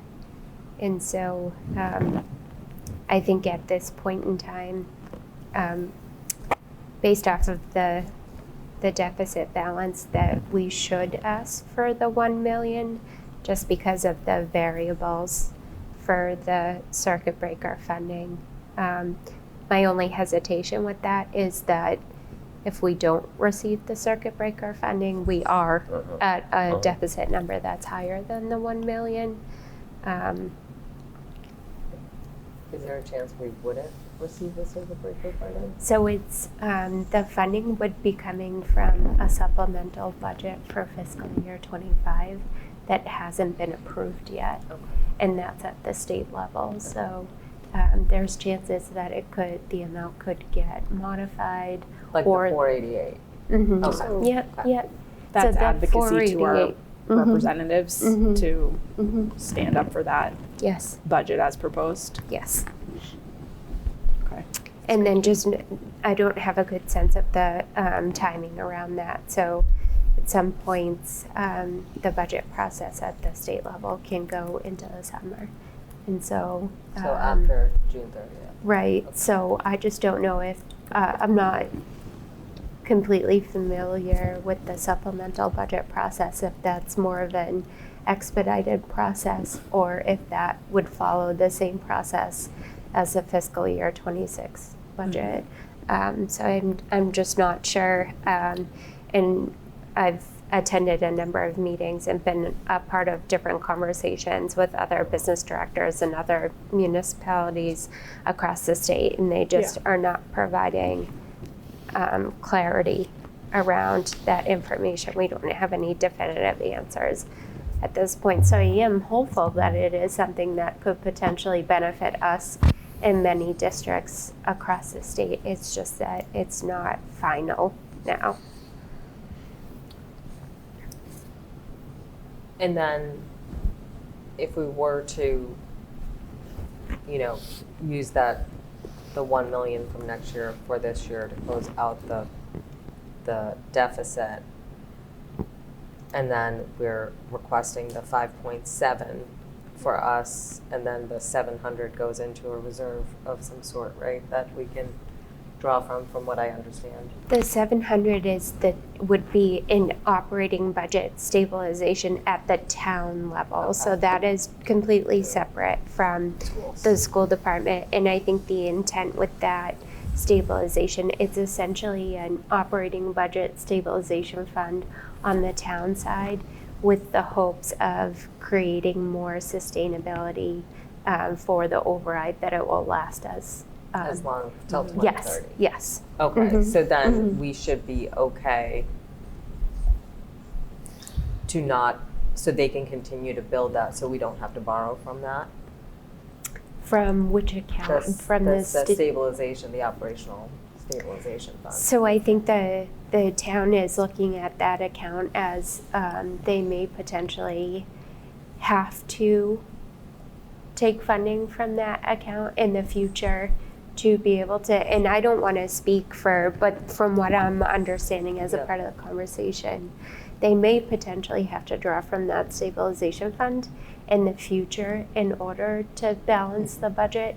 But in the meantime, I think they're also looking at ways in which to continue to allocate funds to it. Mm-hmm. So if there is free cash at the end of this fiscal year and next fiscal year, it could potentially go into that operating budget stabilization fund with the intent of helping to fund kind of the budgets on an ongoing basis in the future. And to stretch out the length between overrides, so that we don't need to go back for an override. Okay, in 2 so years. if potentially, like, I mean, worst case scenario, we end up with any sort of deficit, it could cover to help us if we need it, and at the same time, they will continue to, like, if, I'm just asking, like, any worst case scenario expenses come in or anything like that, like, For this for next year, for FY Oh, '26? for next year. I think that the stabilization fund, from my understanding with the 700,000, the intent of that was more of the operating budget expenses, I believe, in the future. Okay. So I don't know what the mechanism would be for next year, but I'm just very hopeful based off of, and I don't even want to say hopeful, I think for next year,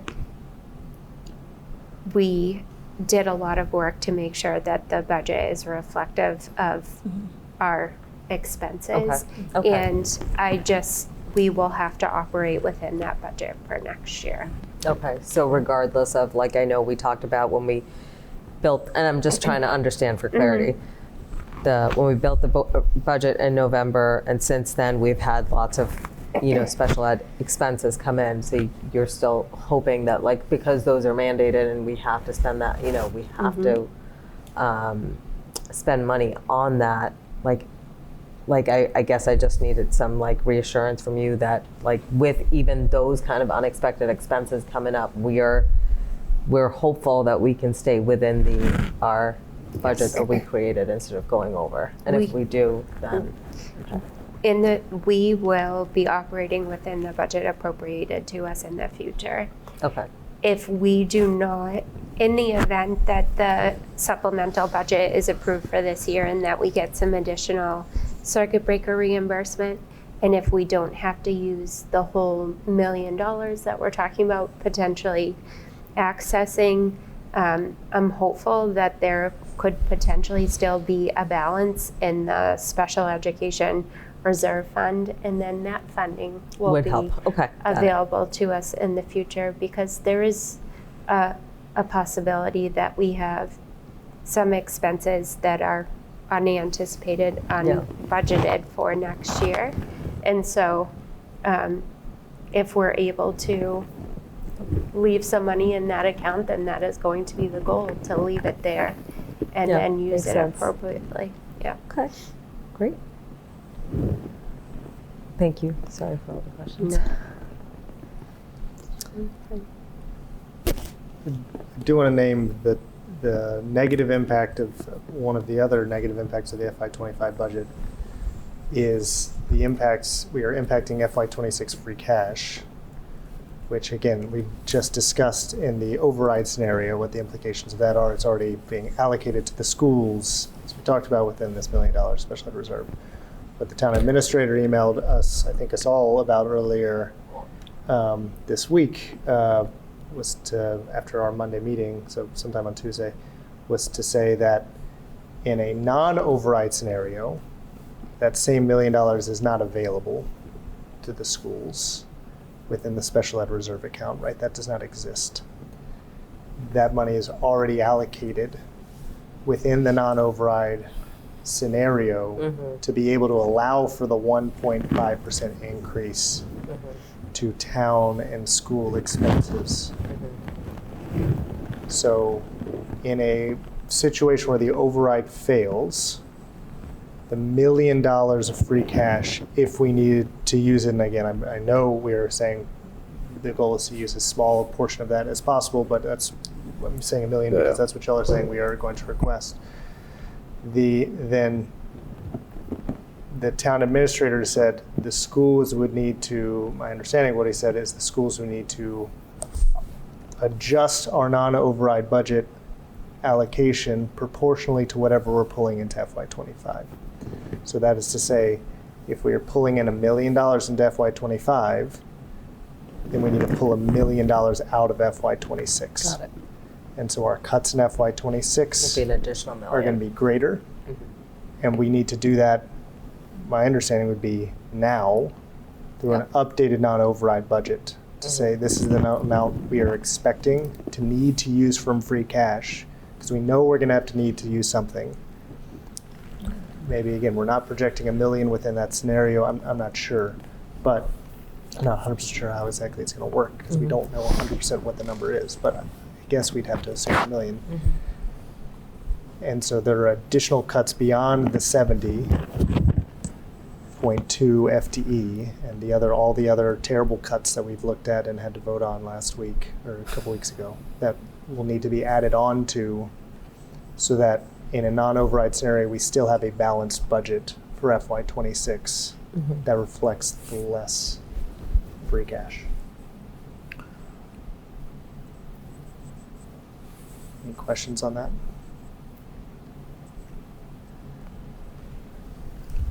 So we'll probably continue to need, if this moves forward, for Tuesday and at the select board, if this moves forward with them, then that becomes work needing to happen over the next following week Yeah.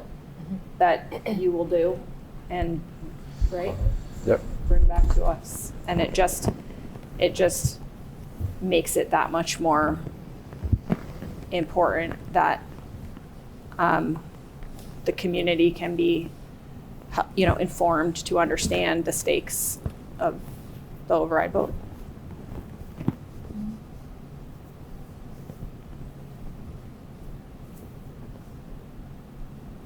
Yeah.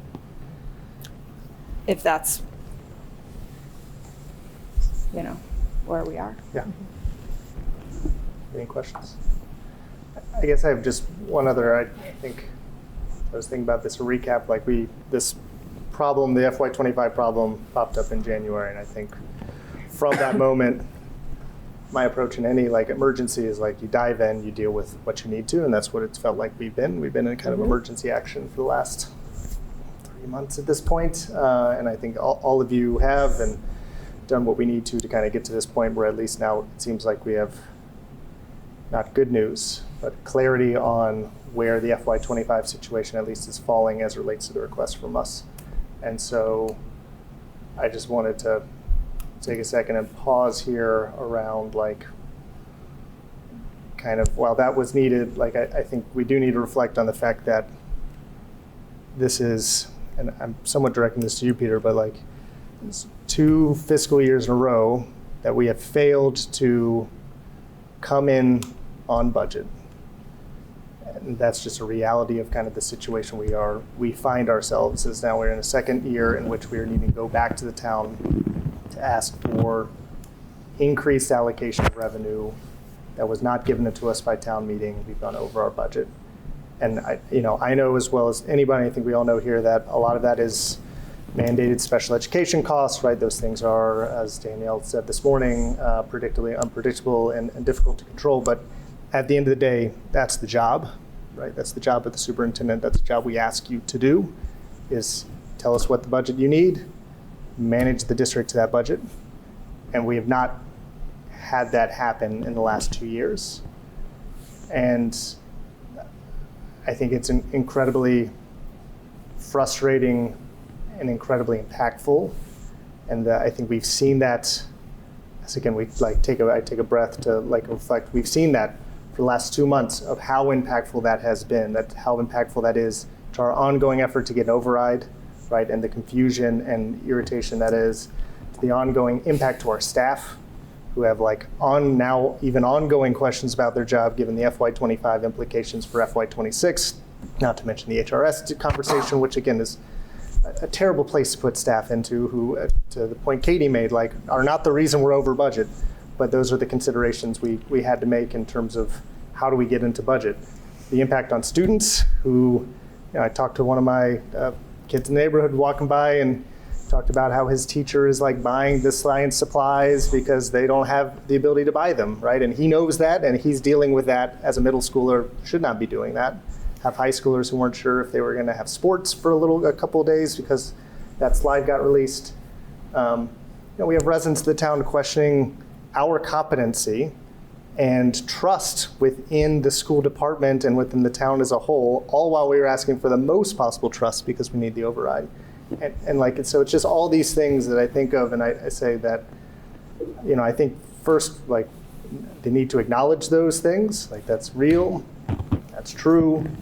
I can't shake the knowledge that if we had been informed about this project deficit sooner, that we could have done more to close this gap, because of how impactful this FY25 situation is ongoing and is now looking like it will be even into FY26, especially if we don't have an override. And I'm very concerned based upon this new information from the town administrator what the impact will be next year, because it's just a compounding impact.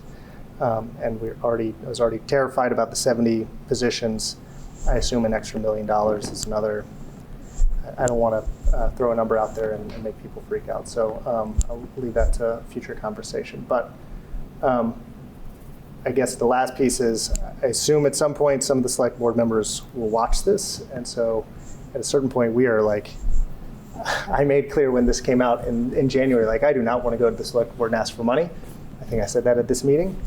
We're in a place where now I need to pull that back, and I'm not above begging and like, you know, putting my own pride aside if it means the good for kids. And right now that's what we're saying it is. And so like I plead with the select board that we are in a situation we cannot help ourselves. We are going to need them.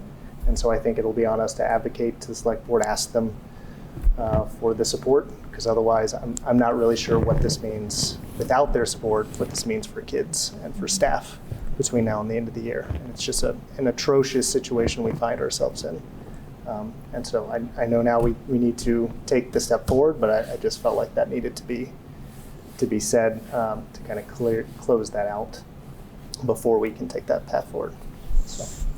Well, I agree with a lot of what you're saying, Mark, but I also have to say this is years of budgeting, you know, incorrectly, right? And it's just kind of happened last year and into this year, but I don't think I think a lot of hands have touched that over the course of, you know, maybe even a decade of just, you know, so I don't necessarily feel that it's, you know, like something that we did or didn't do. I think at some point it was bound to happen. And I think we have an opportunity now to really change our practices with Katie's guidance. I think, you know, hopefully in her saying today, hey, next year we have to live within our means. We cannot go over. And, you know, and that is so important. And I think just having that perspective is helpful now, but I think it has been years of, you know, the habits of going back to the town and asking for free cash and doing that. I mean, I've watched old meetings enough to know that that has been kind of how we've always done things. And I don't think it can happen anymore. And because at some point we're going to run out of money. And unfortunately, we're the board that it happened to. And I know it's very frustrating. And I know if an override doesn't pass, the impacts are, you know, horrific, but at the same time, it's like, you know, it really just, I think here's an opportunity for us to really say, we can't let this happen again, right? It's gonna take us a long time to recover from this, you know, regardless of, I mean, depending on how the override goes, there are gonna be needs-based needs that we're not going to be able to meet, and we'll have to look at within our internal budget to figure out where we can, like the ELA curriculum, you know, and so on and so forth, and make adjustments. And sometimes those adjustments will have bigger impacts than others, you know, and so we're kind of looking at the low-hanging fruit now, but at some point we'll have to make bigger cuts, you know. And unfortunately, this is, again, you know, as we make decisions as past members and however over the last several years, you know, other boards have made these decisions, and we advocated for an override last year, you know, and we wouldn't be in this situation now. So again, decisions boards make really impact not just for that year, but for future years. And this is a reflection of those decisions. And I think we just have to be mindful and be able to work within other town boards to really say, hey, listen, we're in this together. If we don't work together to resolve this going forward, we're gonna be in this mess again, you know? We're only as good as how well we can work with the other boards and them to understand. And that's where it's like, if we need to advocate for that $1 million, we have to figure it out. And, we have to figure out how to close these things. And, I'm really tired and rambling, but, but I just, this, and I know it's very frustrating, and I do, and especially being chair of finance and not the year to be chair of finance, and I appreciate you, doing all the work that you are. And I know it is very frustrating, but I really hope that this is something that we all needed to kind of, unfortunately had to go through to figure out a path forward. So. But I think also embedded in all that, it's important to state and acknowledge, not just as a committee, but as a town, that costs have escalated so much, and we haven't been able to keep up with the costs. So while there is internal actions we're taking to be more on top of, which is great, but there's also external pressures that are real and that are impacting districts across the state. And so I think we need to just hold on to both. It's yes and. And I think that's important for us to continue to message that and educate sort of folks who just don't realize that there are these external pressures that are there. And we're going to try to mitigate them as much as possible by improving internal practices. But to the point that was made earlier, even now we're seeing sort of these increases coming, and it seems like they're just out of control, and we can't quite keep a handle on them. And that's a reality that a context that we're going to have to keep functioning. Right, but the other side of that is we're also going back to the community and asking to help us with those, and they're in the same boat because all their costs are going up too. I So it's totally just understand it's it. I really totally- hard, and that's where we have to I think just make a pact to as much as our costs are going up, we're going to have to make some changes. Unfortunately, there's nothing we can do because we can keep going and asking for more money, but at some point someone's going to say no, and then because people can't afford it. So I think there's only so much we can, it's true. It's like a lot of these things are out of our control, and unfortunately, the times we live in. But and we're doing But I appreciate that we are going through this exercise and kind of doing this and getting into the habit of, what can we do? Where can we, make adjustments? And We're developing a discipline that may have existed in the past on the school committee, but I don't think it existed in the recent past in quite this same way. So I think, Can I make the motion? I think this is, I typed it into the motion chart. I think that's the motion y'all are asking us to make.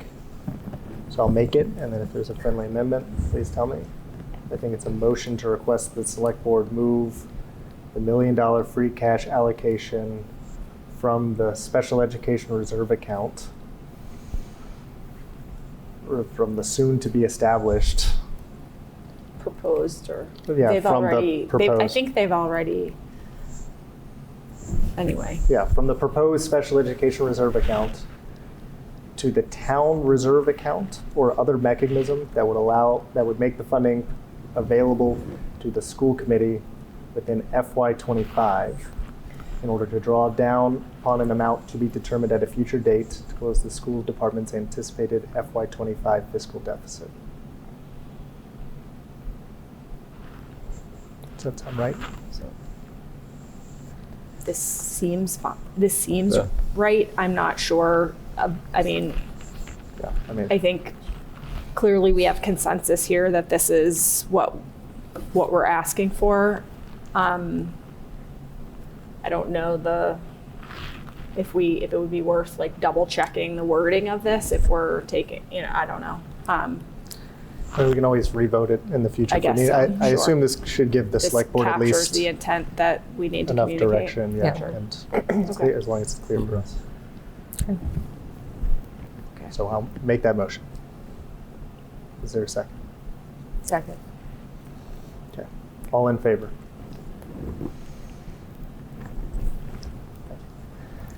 Move on quickly. We have two vendor warrants, vendor warrant 35 and vendor warrant 36. So I'll go ahead and make one motion. Motion is made to approve vendor warrant 35 payable on 3/13/25 in the amount of $1,104,202.97, and to approve vendor warrant 36 payable on 3/20/2025 in the amount of $695,530.65. Is there a second? Second. All in favor? It's unanimous. Thank you. Okay, are we able to defer the Yes, facilities? there's Okay, nothing we'll put that to pressing on next that. time. Yeah. We already covered the policy subcommittee meeting, basically. Yep. Approval of minutes, are people ready to very quickly vote the minutes, or do people need a minute to look at the minutes? Yes. If we're ready, I think we can just take one quick vote on both. I think there are a couple of edits that have been shared, Yeah. and so it's as edited.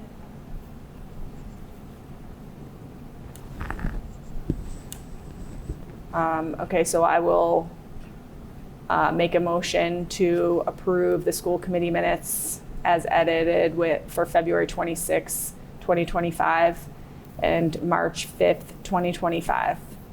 Is there a second? Second. Second. All in favor? Okay. We don't need to talk about our next meeting. I think it will be lighter than this one. We can just make a motion to adjourn. Second. Okay, all in favor? Thanks, everybody. Good night.